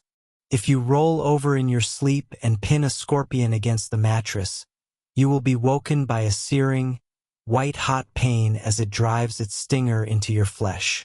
There is no hospital to go to, no ice packs to dull the swelling. You simply have to endure the agony while hoping the venom is not enough to stop your heart. Even if you manage to avoid the biting insects and the stinging arachnids, you still have to contend with the fleas. If you have a dog for protection or if you live near livestock, the floors of your home are likely teeming with flea larvae. They jump from the floorboards onto your legs, biting you around the ankles and shins. The constant irritation makes it impossible to find a comfortable position. You toss and turn, the straw in your mattress crunching and rustling with every movement, until the first gray light of dawn begins to filter through the oiled paper you use for a window. You rise from your bed feeling more exhausted than when you lay down. Your skin is a map of bites and stings, and your eyes are bloodshot from lack of rest. In the modern world, we think of sleep as a time of healing, but in the Wild West, the night was an endurance test. The physical toll of this sleep deprivation was immense. It weakened your immune system, making you more susceptible to the cholera and dysentery that plagued the camps. It slowed your reflexes, which could be a death sentence if you were working with skittish horses or heavy machinery. It frayed your nerves, leading to the legendary irritability and violence that often erupted in frontier towns. You might try to fight back against the parasites, but the remedies of the time were often as dangerous as the bugs themselves. You might try to douse your bed frame in kerosene or turpentine to kill the bedbugs, but this turned your sleeping quarters into a massive fire hazard. One stray spark from your pipe or a tipped-over candle, and your entire home would go up in flames in seconds. Some people used mercuric chloride, a highly toxic form of mercury, to paint the joints of their beds.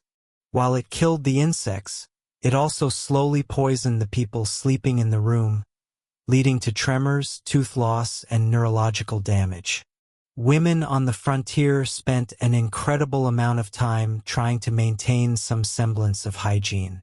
They would boil their bedding in massive iron pots over outdoor fires, a grueling task that required hauling gallons of water and wood. They would strip the mattresses and bake the straw in the sun, hoping the heat would drive out the vermin. But the moment the bedding was brought back inside, the cycle began again. The dirt floors, the wooden walls, and the very air seemed to conspire to keep the parasites thriving. This is the reality of the sunset years of the 19th century that the movies never show you. They show the hero sleeping peacefully under the stars with his head on a saddle, looking refreshed and ready for a gunfight. In reality, that man would have been covered in flea bites, his clothes would have been crawling with lice, and he would have been lucky to get 4 hours of interrupted sleep. The misery of the nights was a heavy shadow that hung over every day. When you think about survival in the Wild West, do not just think about the outlaws or the harsh weather. Think about the tiny, 8-legged predators that waited for you in the dark, and ask yourself if you could truly survive a life where even your dreams were interrupted by the itch of 1,000 bites. You might think that the greatest threat to your survival in the American West would be something tangible. You imagine a cinematic showdown with a gunslinger, the sudden strike of a rattlesnake, or the agonizing slow burn of a localized infection. But there is a silent, invisible killer that claimed just as many lives, or at least destroyed the people who lived them, and it is something you likely take for granted in your modern world of constant connectivity. It is the crushing, inescapable weight of absolute isolation. To survive the West, you did not just need a strong back and a steady hand. You needed a mind made of iron, and even iron eventually rusts when it is left out in the elements for too long. Imagine, for a moment, that you have successfully claimed your 160 acres of land under the Homestead Act. You have built your small home, perhaps a sod house cut directly from the earth itself. You have survived the first few months of grueling physical labor. But now the novelty has worn off. The adrenaline of the move has dissipated, replaced by a routine that is as vast and empty as the landscape around you. You step outside your door and you look toward the horizon. In every direction, for as far as your eyes can see, there is nothing but a sea of tall, swaying grass. There are no trees to break the line of sight. There are no mountains to provide a sense of scale. There are no roads, no fences, and most importantly, no other people. In the modern day, you are never truly alone. You have a phone in your pocket that connects you to the entire sum of human knowledge and every person you have ever known. Even when you are physically by yourself, the hum of electricity, the distant sound of a car engine, or the flicker of a neighbor's porch light reminds you that you are part of a society. In the 1870s on the Great Plains, when you were alone, you were truly terrifyingly alone. The nearest neighbor might be 20 or 30 miles away. If you broke your leg, if you ran out of water, or if you simply needed to hear the sound of another human voice, it could take days of travel to find it. This isolation creates a specific kind of psychological pressure that historians and doctors of the time began to call prairie madness. It was not a single disease, but a slow, grinding erosion of the self. It started with the silence. You do not realize how much noise your modern life contains until you are standing in a place where the only sound is the wind. On the plains, the wind is a permanent resident. It does not just blow. It howls. It moans around the corners of your small house. It rattles the door. It never, ever stops. For the first few weeks, it is just weather. After 6 months, it becomes a voice. It becomes a physical presence that follows you everywhere, whispering and screaming until you feel like your ears might actually bleed from the sheer repetition of it. You spend your days performing the same repetitive tasks. You haul water. You mend tools. You stare at the dirt. Because you have no one to talk to, you begin to talk to yourself. First, it is just a way to keep track of your chores. You mutter about the weather or the state of your crops. But as the weeks turn into months without a single conversation with another human being, your internal monologue begins to fracture. The boundary between what is inside your head and what is outside starts to blur. Without the reflection of other people to tell you who you are, you begin to lose your sense of identity. You are no longer a person with a name and a history. You are just another small, insignificant speck in an indifferent landscape that seems actively trying to swallow you whole. The architecture of your life only makes this worse. If you are living in a sod house, you are essentially living in a cave made of grass and mud. The walls are thick and damp. The ceiling leaks dirt onto your food and your bed. There are no windows, or perhaps just one small opening covered with oiled paper because glass is too expensive and fragile to transport across the wilderness. You are living in a dark, earthy tomb. When the winter hits and the snow piles up against the door, you might be trapped inside that tomb for weeks at a time. The whiteout conditions outside make it impossible to see more than 3 feet in front of your face. If you wander out to find wood or check on your livestock, you could lose your way just 10 yards from your own front door and freeze to death, lost in a white void. So you sit in the dark. You listen to the wind. You listen to the scratching of mice in the walls. And you wait. This is where the breaking point usually occurs. For many women on the frontier, the isolation was even more profound. While men might occasionally travel to a distant town for supplies or to trade, women were often expected to remain on the homestead for months or even years on end, tending to the home and the children. The lack of social interaction with other women, the lack of community support, and the relentless monotony led many to a state of catatonic withdrawal or violent outbursts. Historical accounts are filled with stories of people who simply snapped. They would walk out of their houses in the middle of the night and start walking toward the horizon, never to be seen again. Others were found sitting in their homes, staring at a wall, refusing to speak or eat, their minds having checked out of a reality that had become too quiet to bear. You have to understand the visual monotony of this life. In your world, you are bombarded with different colors, textures, and movements. On the frontier, your world is 3 colors. In the summer, it is an endless, blinding green that eventually turns to a scorched, dusty yellow. In the winter, it is a flat, oppressive gray and white. There is nothing to look at that provides any stimulation for the brain. The human mind is designed to process information, to solve problems, and to interact with others. When you remove all of those things, the brain begins to eat itself. It starts to manufacture its own stimulation. You begin to see things in the tall grass.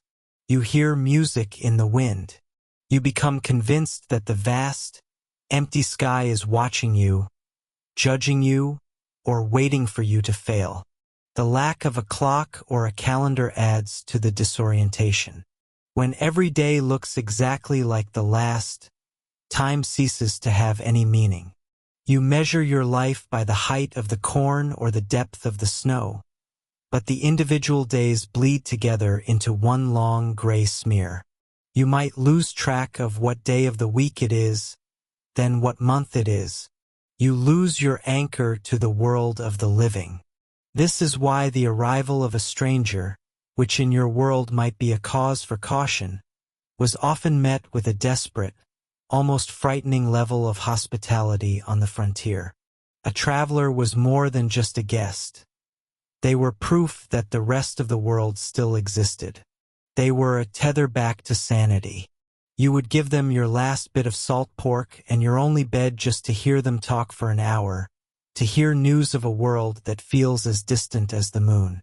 But for most of your time, there are no travelers. There is only you and the big empty. You start to develop strange habits. You might find yourself counting the blades of grass in a square foot of dirt just to have something to do with your mind. You might find yourself talking to the insects. You might find yourself crying for hours for no reason at all, or laughing at things that are not funny. This is the sound of a mind reaching its limit. This is the breaking point where the survival instinct, which has kept you alive through hunger and cold, finally turns on you. It tells you that the only way to escape the isolation is to stop being conscious of it. If you think you are mentally tough enough to handle this, ask yourself when was the last time you went a full 24 hours without looking at a screen, talking to a person, or hearing a manufactured sound. Now, imagine doing that for 300 days. Imagine the only mirror you have is a bucket of water, and the person looking back at you is someone you barely recognize anymore because the loneliness has carved new lines into your face. You wouldn't just be fighting the elements. You would be fighting the terrifying realization that in the grand scheme of the West, you do not matter. The land does not care if you live or die. The wind will keep blowing over your grave with the same indifference it showed while you were alive. That realization, more than the wolves or the outlaws, is what would truly break you. Imagine for a moment that you have managed to survive the initial shocks of the frontier. You have avoided the sudden violence of a trail holdup, you have steered clear of the stampeding cattle, and you have even navigated the treacherous river crossings that claim so many wagons. You are feeling a sense of rugged accomplishment. You are becoming a person of the West. One afternoon, while you are doing something as mundane as repairing a loose floorboard on your porch or tightening a bolt on a wagon wheel, your hand slips. It is a tiny movement, a momentary lapse in concentration. The rough edge of a rusted iron tool or a jagged splinter of dry pine catches the fleshy part of your index finger. It is a small wound, perhaps half an inch long. It bleeds a little, a bright crimson contrast against your tanned, dusty skin. You hiss through your teeth, wipe the blood on your trousers, and get back to work. In your former life, this would be a non-event. You would wash it with warm water and soap, maybe apply a bit of antibiotic ointment from a plastic tube, and cover it with a sterile adhesive strip. Within 3 days, you would have forgotten it even happened. But you are not in your world anymore. You are in a place where the smallest mistake does not just cause pain. It invites an invisible army into your bloodstream, and that army is coming to kill you. The first thing you have to understand is the sheer lack of cleanliness that defines your daily existence. You have not had a real bath in weeks. Your clothes are saturated with the salt of your own sweat, the fine alkaline dust of the plains, and the microscopic particles of animal waste that permeate every settlement and trail. When that splinter or rusted nail broke your skin, it did not just cut you. It acted as a needle, injecting a cocktail of soil bacteria, manure, and filth deep into your tissues. In the 1870s, the very concept of germs is still a radical and debated theory in the high-end medical universities of Europe. Out here, on the edge of the civilization, it is practically unheard of. To the people you live among, a wound gets angry because of bad air or an imbalance of the humors or simply bad luck. They do not see the microscopic battle that has just begun beneath your skin. By the second day, the area around the scratch is no longer just tender. It is hot. When you touch it, the skin feels stretched and tight, like a drumhead. There is a dull, rhythmic throb that keeps time with your heartbeat. You try to ignore it, but the throbbing becomes a persistent, gnawing ache. You might try a common frontier remedy. Perhaps you find some old bread and soak it in milk to create a poultice, or maybe you use a piece of raw salt pork tied to the finger with a dirty rag. These are the things your neighbors swear by. They believe these substances will draw out the poison. In reality, you are simply providing a warm, moist environment for the infection to flourish. You are feeding the fire. By the third day, the transformation is horrifying. Your finger has doubled in size. The skin is no longer red. It has turned a sickly, translucent purple, and it is shiny with the pressure of the fluid building up inside. This is what the people of your time call laudable pus. They actually believe that the thick, yellowish discharge oozing from the wound is a sign of the body's humors balancing themselves. They think it is a good thing. They could not be more wrong. That fluid is a graveyard of white blood cells and necrotic tissue, and its presence means the infection is winning. You start to feel a chill. Despite the blistering sun beating down on the plains, you are shivering. A low-grade fever begins to bake your brain, making the horizon shimmer and dance in ways that make you feel nauseous. Then you see it. It starts as a faint, thin line, no thicker than a piece of thread. It is a pale pink streak extending from the base of your finger, traveling across the back of your hand, and disappearing under your shirt sleeve toward your wrist. This is the death creep. In medical terms, it is lymphangitis, an inflammation of the lymphatic system as it desperately tries to filter the bacteria out of your system. To you, it is a countdown. You are watching the infection march toward your heart. You go to see the town doctor, or at least the man who calls himself one.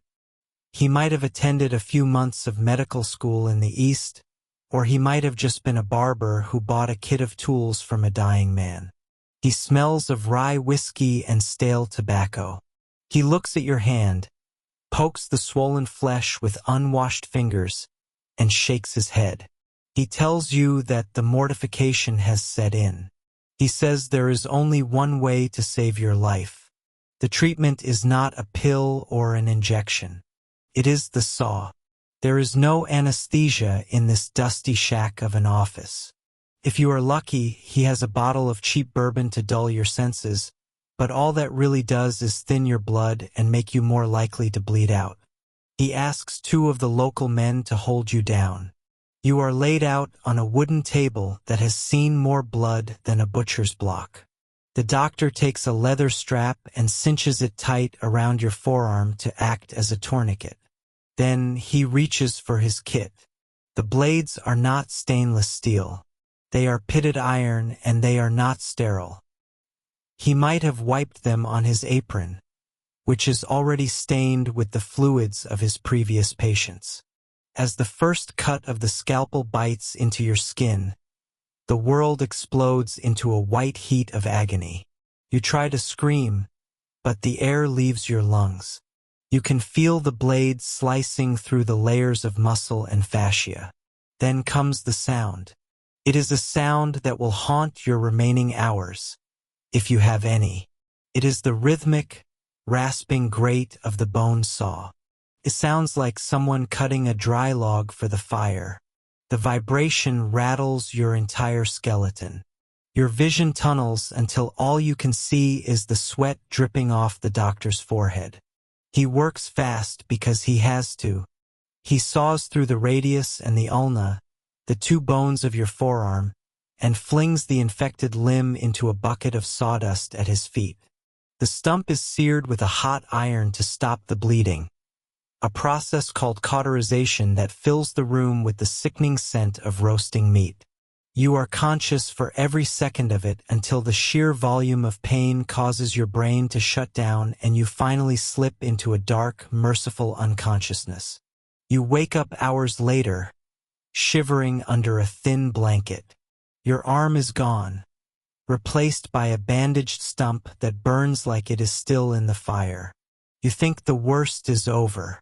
You think you have paid the price for your clumsiness and that you will now begin the long road to recovery as a one-armed man. But the invisible killers are already deep inside you. The doctor's unwashed tools have introduced new strains of bacteria into the fresh wound. Within 48 hours, the fever returns, but this time it is a raging furnace. Your skin turns a grayish yellow as your liver and kidneys begin to fail under the strain of the toxins. This is septicemia or blood poisoning. Your blood is literally turning toxic. You drift in and out of a delirium, seeing the faces of people you left behind in the East, hearing the sounds of a world that is thousands of miles away. You are thirsty, but you cannot keep water down. Every breath feels like you are inhaling molten lead. There is no one to provide an intravenous line. There are no bags of saline to hydrate you or powerful antibiotics to kill the invaders in your veins. There is only the lonely sound of the wind whistling through the cracks in the cabin walls and the occasional touch of a damp, dirty cloth on your forehead. Your heart, exhausted and starved of oxygen, begins to flutter. The rhythmic thumping in your chest becomes irregular, like a dying bird hitting its wings against a cage. Eventually, your organs simply give up. They have no more resources to fight.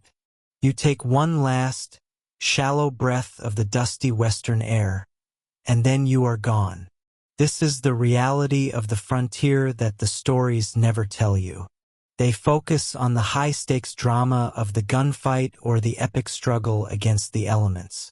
They do not talk about the fact that a tiny splinter, a slip of a knife while peeling a potato, or a scratch from a thorny bush was often a death sentence. In an era before the basic understanding of hygiene, the environment itself was a biological minefield.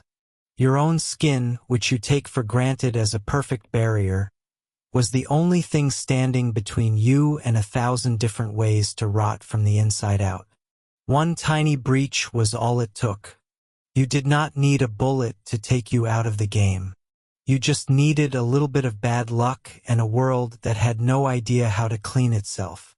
You died not in a blaze of glory, but in a haze of fever and the smell of your own decaying flesh, all because of a scratched finger. That is the West you would have found. A place where the smallest misstep was not a lesson learned, but the final chapter of your story.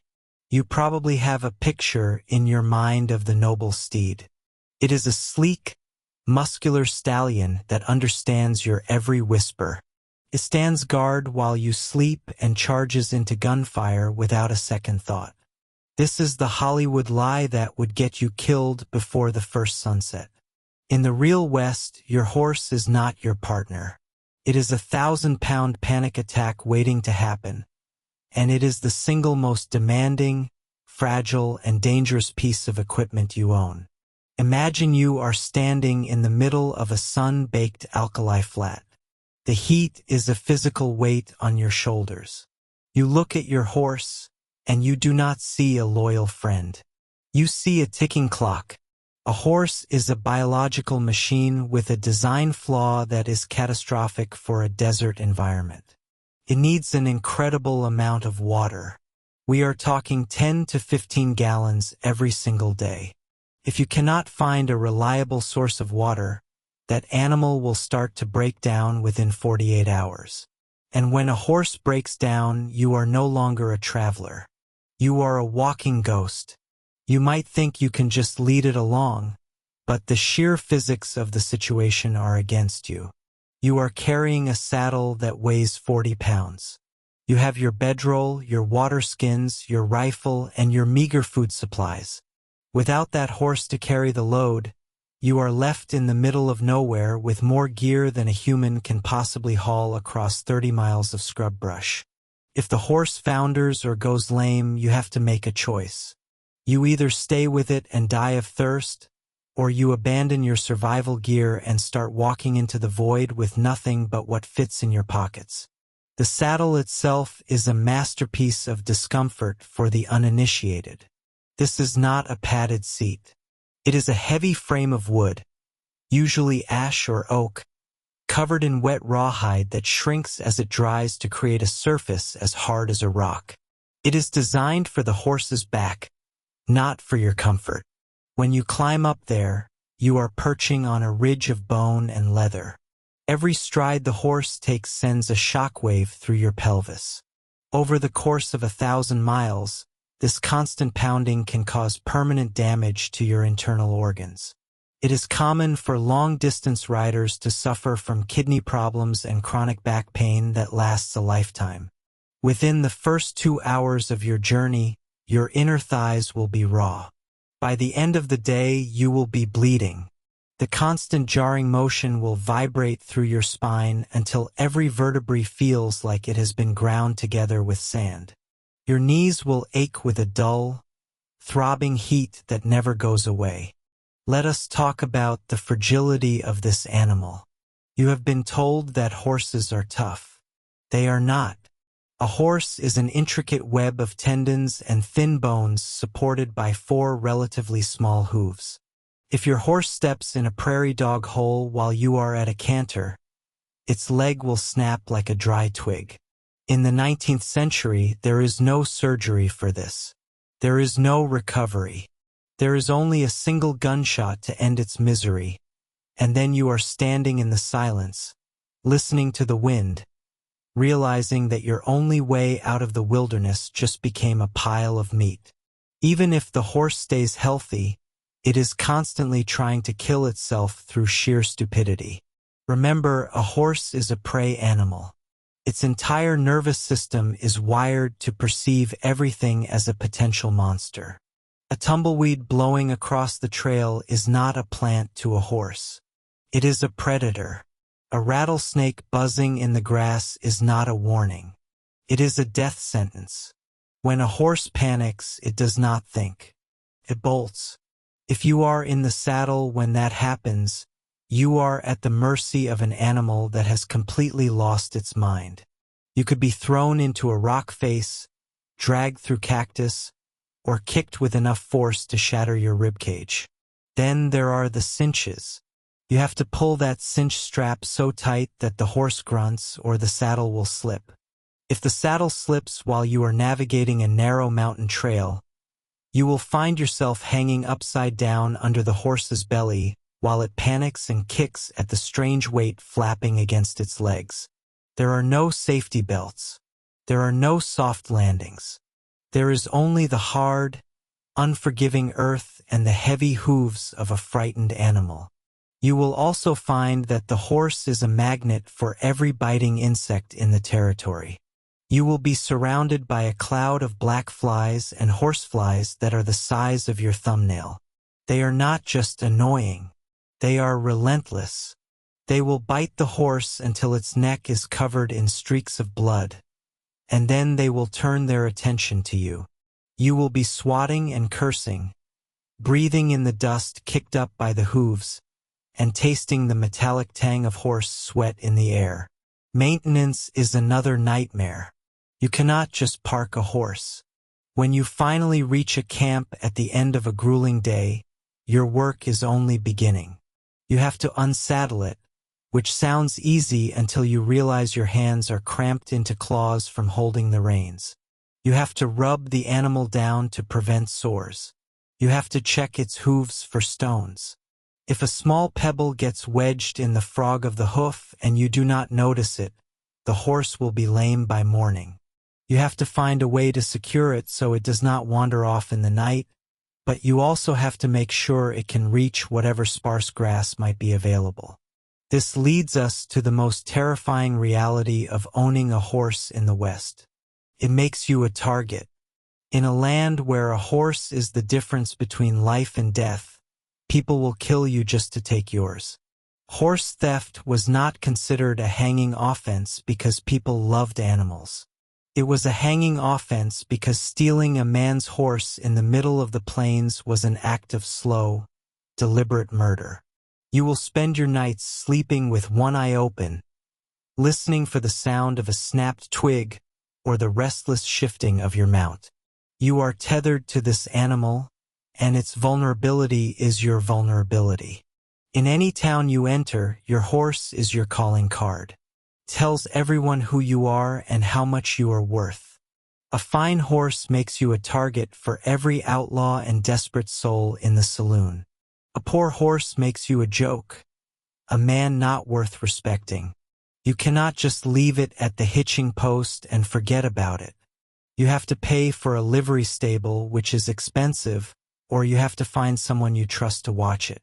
In the West, trust is a rare commodity. You will find yourself spending more time worrying about the security of your horse than your own safety. When the sun goes down, the horse becomes an even greater liability. In the darkness, the predators come out. Wolves and cougars do not see a majestic animal. They see a massive source of protein. A horse tethered at night is a dinner bell for every carnivore in the territory. If a cougar leaps from a rock ledge onto your horse's back, the animal will scream. It is a sound you will never forget, a high-pitched, human-like shriek of pure terror. You will have to scramble out of your bedroll in the pitch black, grabbing your rifle and trying to figure out where the attack is coming from without shooting your own mount in the confusion. If the horse gets spooked by the smell of a predator, it might break its tether and run. Now you are alone in the dark, miles from anywhere, with your boots and your canteen still back at the campfire. If you are traveling with a group, the problems multiply. Horses are social creatures, but they are also competitive. They will kick each other. They will fight over a patch of grass. If one horse catches a respiratory infection or a fungal skin disease, it will spread through the entire string in days. Imagine being a week away from the nearest settlement and realizing that every animal in your party is too sick to carry a rider. The horse is also a logistical vacuum. If you are in an area without good grazing, you have to carry grain. Every pound of grain the horse eats is a pound of food or water you cannot carry for yourself. You are constantly balancing the needs of the beast against your own survival. Often the beast wins. You will find yourself giving your last quart of clean water to the horse because if it collapses, you are finished. You will go hungry so the horse can have the last of the oats. In the movies, the hero whistles and the horse comes running. In reality, you will spend your mornings chasing a stubborn, half-wild animal through the brush because it managed to slip its hobbles.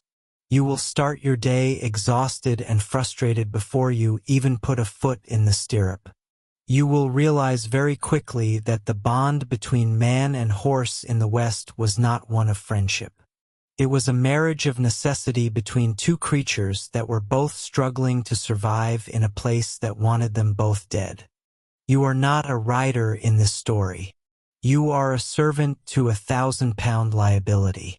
You are a target for thieves, a feast for flies, and a victim of physics. The horse does not care about your journey. It does not care about your survival. It only cares about the next patch of grass and the next drink of water. And if you cannot provide those things, or if you make a single mistake in handling it, that horse will leave you behind without a second thought, leaving you to face the vast, empty silence of the West on your own 2 feet. That silence is the sound of your own heartbeat, and it is the only thing you will hear as you realize that the noble steed you relied on was never your friend at all.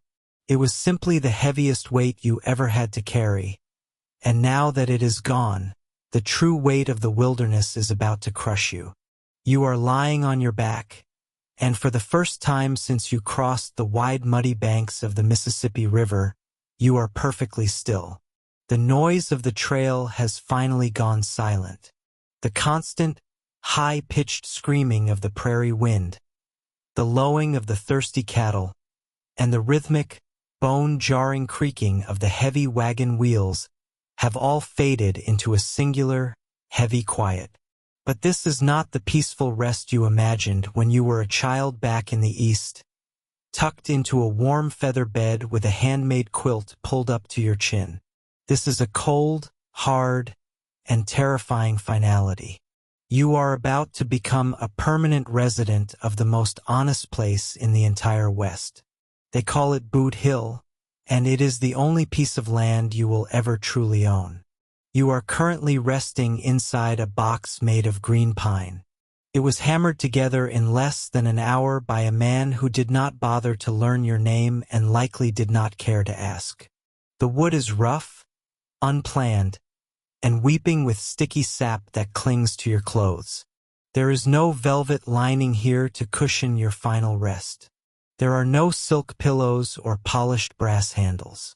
If you are lucky, the man who built this box tossed a few handfuls of dry straw inside to keep you from rattling too much against the wood as the wagon makes its way up the slope. The lid is being nailed shut right now. Each blow of the heavy hammer vibrates through your very bones. A dull, metallic thud that signals the absolute end of your story. Every strike of the mallet is a period at the end of a very short and very difficult sentence. Now you feel a sudden jolt as the pine box is slid into the back of a flatbed wagon. You are moving again, but for the first time in your life, you are not the one driving the team. The wagon jolts and bounces over the deep ruts of a dusty, sun-baked street. As you are carried along, you pass the noisy saloon where you might have had your very last drink. You pass the general store where you spent your last few copper coins on a tin of peaches or a box of ammunition. Nobody stops to watch you go by. In a frontier town, a funeral is not a day of community mourning or a solemn civic event. It is a chore.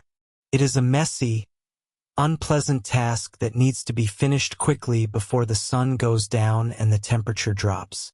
The living have work to do, and you are no longer among the living. The wagon begins to climb a steep, rocky incline on the outskirts of the settlement. This is the land that nobody else wanted. It is too steep for a house, too barren for a garden, and too rocky for a farm. The soil here is thin and packed as tight as iron with caliche, a layer of natural cement that defies the edge of even the sharpest shovel. As the wagon reaches the crest of the hill, the team of horses comes to a halt. You can hear the wind whistling through the dry, gray sagebrush. It is a lonely, hollow sound. It is the sound of a place that does not want you and has no intention of remembering you. Two men are waiting there at the edge of a fresh hole. They are sweating profusely despite the breeze, their cotton shirts stained with dark circles of salt and red dirt. They have been digging for 3 hours, and they have only managed to get about 3 feet down into the stubborn earth. In the civilized world you left behind, people talk about 6 feet of earth as a standard, but out here the ground is far too stubborn for such luxuries. 3 feet of dirt is just enough to keep the smell down for a while and to discourage the smaller scavengers, and that is all the town elders care about. You are lowered into the dark hole with 2 lengths of rope that fray and groan under your weight. There is a sudden, jarring thud as the pine box hits the bottom of the trench. You are not alone on this hill, but you are far from having any friends. To your left lies a man who was shot through the heart over a disputed hand of poker. To your right is a young woman who succumbed to a fever that the local doctor could not even identify, let alone treat. There are dozens of people here, huddled together in the dry dirt. Yet there is no sense of community in this death. Most of the graves are marked with nothing more than a jagged rock or a piece of scrap wood from a broken crate. Some of the boards have names carved into them with a dull pocket knife, but the fierce western sun is already bleaching the wood to a ghostly white. In a year, those names will be completely illegible. In 5 years, the wood will have rotted away or been kicked over by a passing horse, leaving nothing but a nameless mound of stones. You died with your boots on. That is the phrase the locals will use when they talk about you tonight over their whiskey, if they bother to talk about you at all. It sounds romantic in the dime novels that the boys back east read under their bed covers, but the reality is much bleaker and more pathetic. Dying with your boots on simply means you died in the middle of your life. It means you were caught off guard. You did not have the luxury of a bed, the comfort of a priest, or the time to settle your earthly affairs. You did not have the chance to say your goodbyes or to change into a clean nightshirt. You died in the dirt, wearing the sweat-stained clothes of a common laborer, and you are being buried in them because nobody wanted to go through the trouble of stripping a cold corpse. Your boots, worn down at the heels and caked with the dried mud of 3 different territories, are the only monument you have left. Think for a moment about your family. Think about the mother who kissed your forehead and cried when you left the porch in Ohio. Think about the wife who is still waiting for a letter or a bank draft in Missouri. They will never know what happened to you. There is no official record of this burial taking place. The undertaker did not write your name in a leather-bound ledger, and the town marshal did not bother to send a telegram to your next of kin. To the world you left behind, you have simply vanished into the vast, golden haze of the frontier. You are a ghost that has not yet realized it is gone. Back home, they will keep your place at the dinner table for a few months. Then they will keep it for a year. Eventually, they will stop talking about you in the present tense. You will become a story, then a painful mystery, and finally, you will become a silence that nobody knows how to fill. The West is a hungry, uncaring place. It does not just take your life, it takes your very memory. As the men begin to shovel the dry dirt back into the hole, you hear the first few heavy clods of earth hitting the lid of your pine box. It sounds like a muffled drumbeat. Soon, the sound changes as the pile grows deeper and the air inside your coffin grows still. They are tamping the dirt down with the heels of their boots, trying to pack it tight so the coyotes do not catch the scent and come digging in the night. But the coyotes are patient, and they are always hungry. They know the geography of Boot Hill better than any man ever could. They will come when the moon is high, scratching at the loose soil, and the relentless wind will help them by blowing the dry dust away. The sun begins to set over the jagged horizon, painting the sky in violent shades of bruised purple and fire orange. It is a beautiful, majestic sight, but you are not there to see it. You are under the ground, becoming part of the landscape you tried so hard to conquer and cross. The town below begins to glow with the flickering light of lanterns and the smoke of hearth fires. People are eating their dinner, laughing at jokes, and making big plans for tomorrow. They have already forgotten the dusty wagon that went up the hill this afternoon. You are no longer a person with hopes and dreams. You are a statistic in a land that does not keep count. This is the ultimate cold reality of the Wild West that the legends never tell you. The stories focus on the heroic gunfights, the massive gold mines, and the vast cattle empires, but they always skip over the quiet, dusty hill where the losers of history end up. And in the West, nearly everyone was a loser eventually. The land always wins the long game. It waits for you to slip, it waits for you to tire, and it waits for you to grow overconfident, and then it claims you. You came here seeking a new life, a new identity, or a new fortune. Instead, you found a shallow hole in a place where even the grass struggles to survive. As the last of the light fades from the sky, the only thing left of you is the heavy, suffocating weight of the earth. There is no headstone to mark your passage through this world. There is no one to weep over your grave or leave a flower on your birthday. There is only the wind, the rocks, and the eternal uncaring silence of the frontier. You are just another nameless soul in the dry soil, another pair of boots resting forever in the dark. This is the end of your journey. This is the finality of the unmarked grave. This is the reality of the West that you were never meant to survive.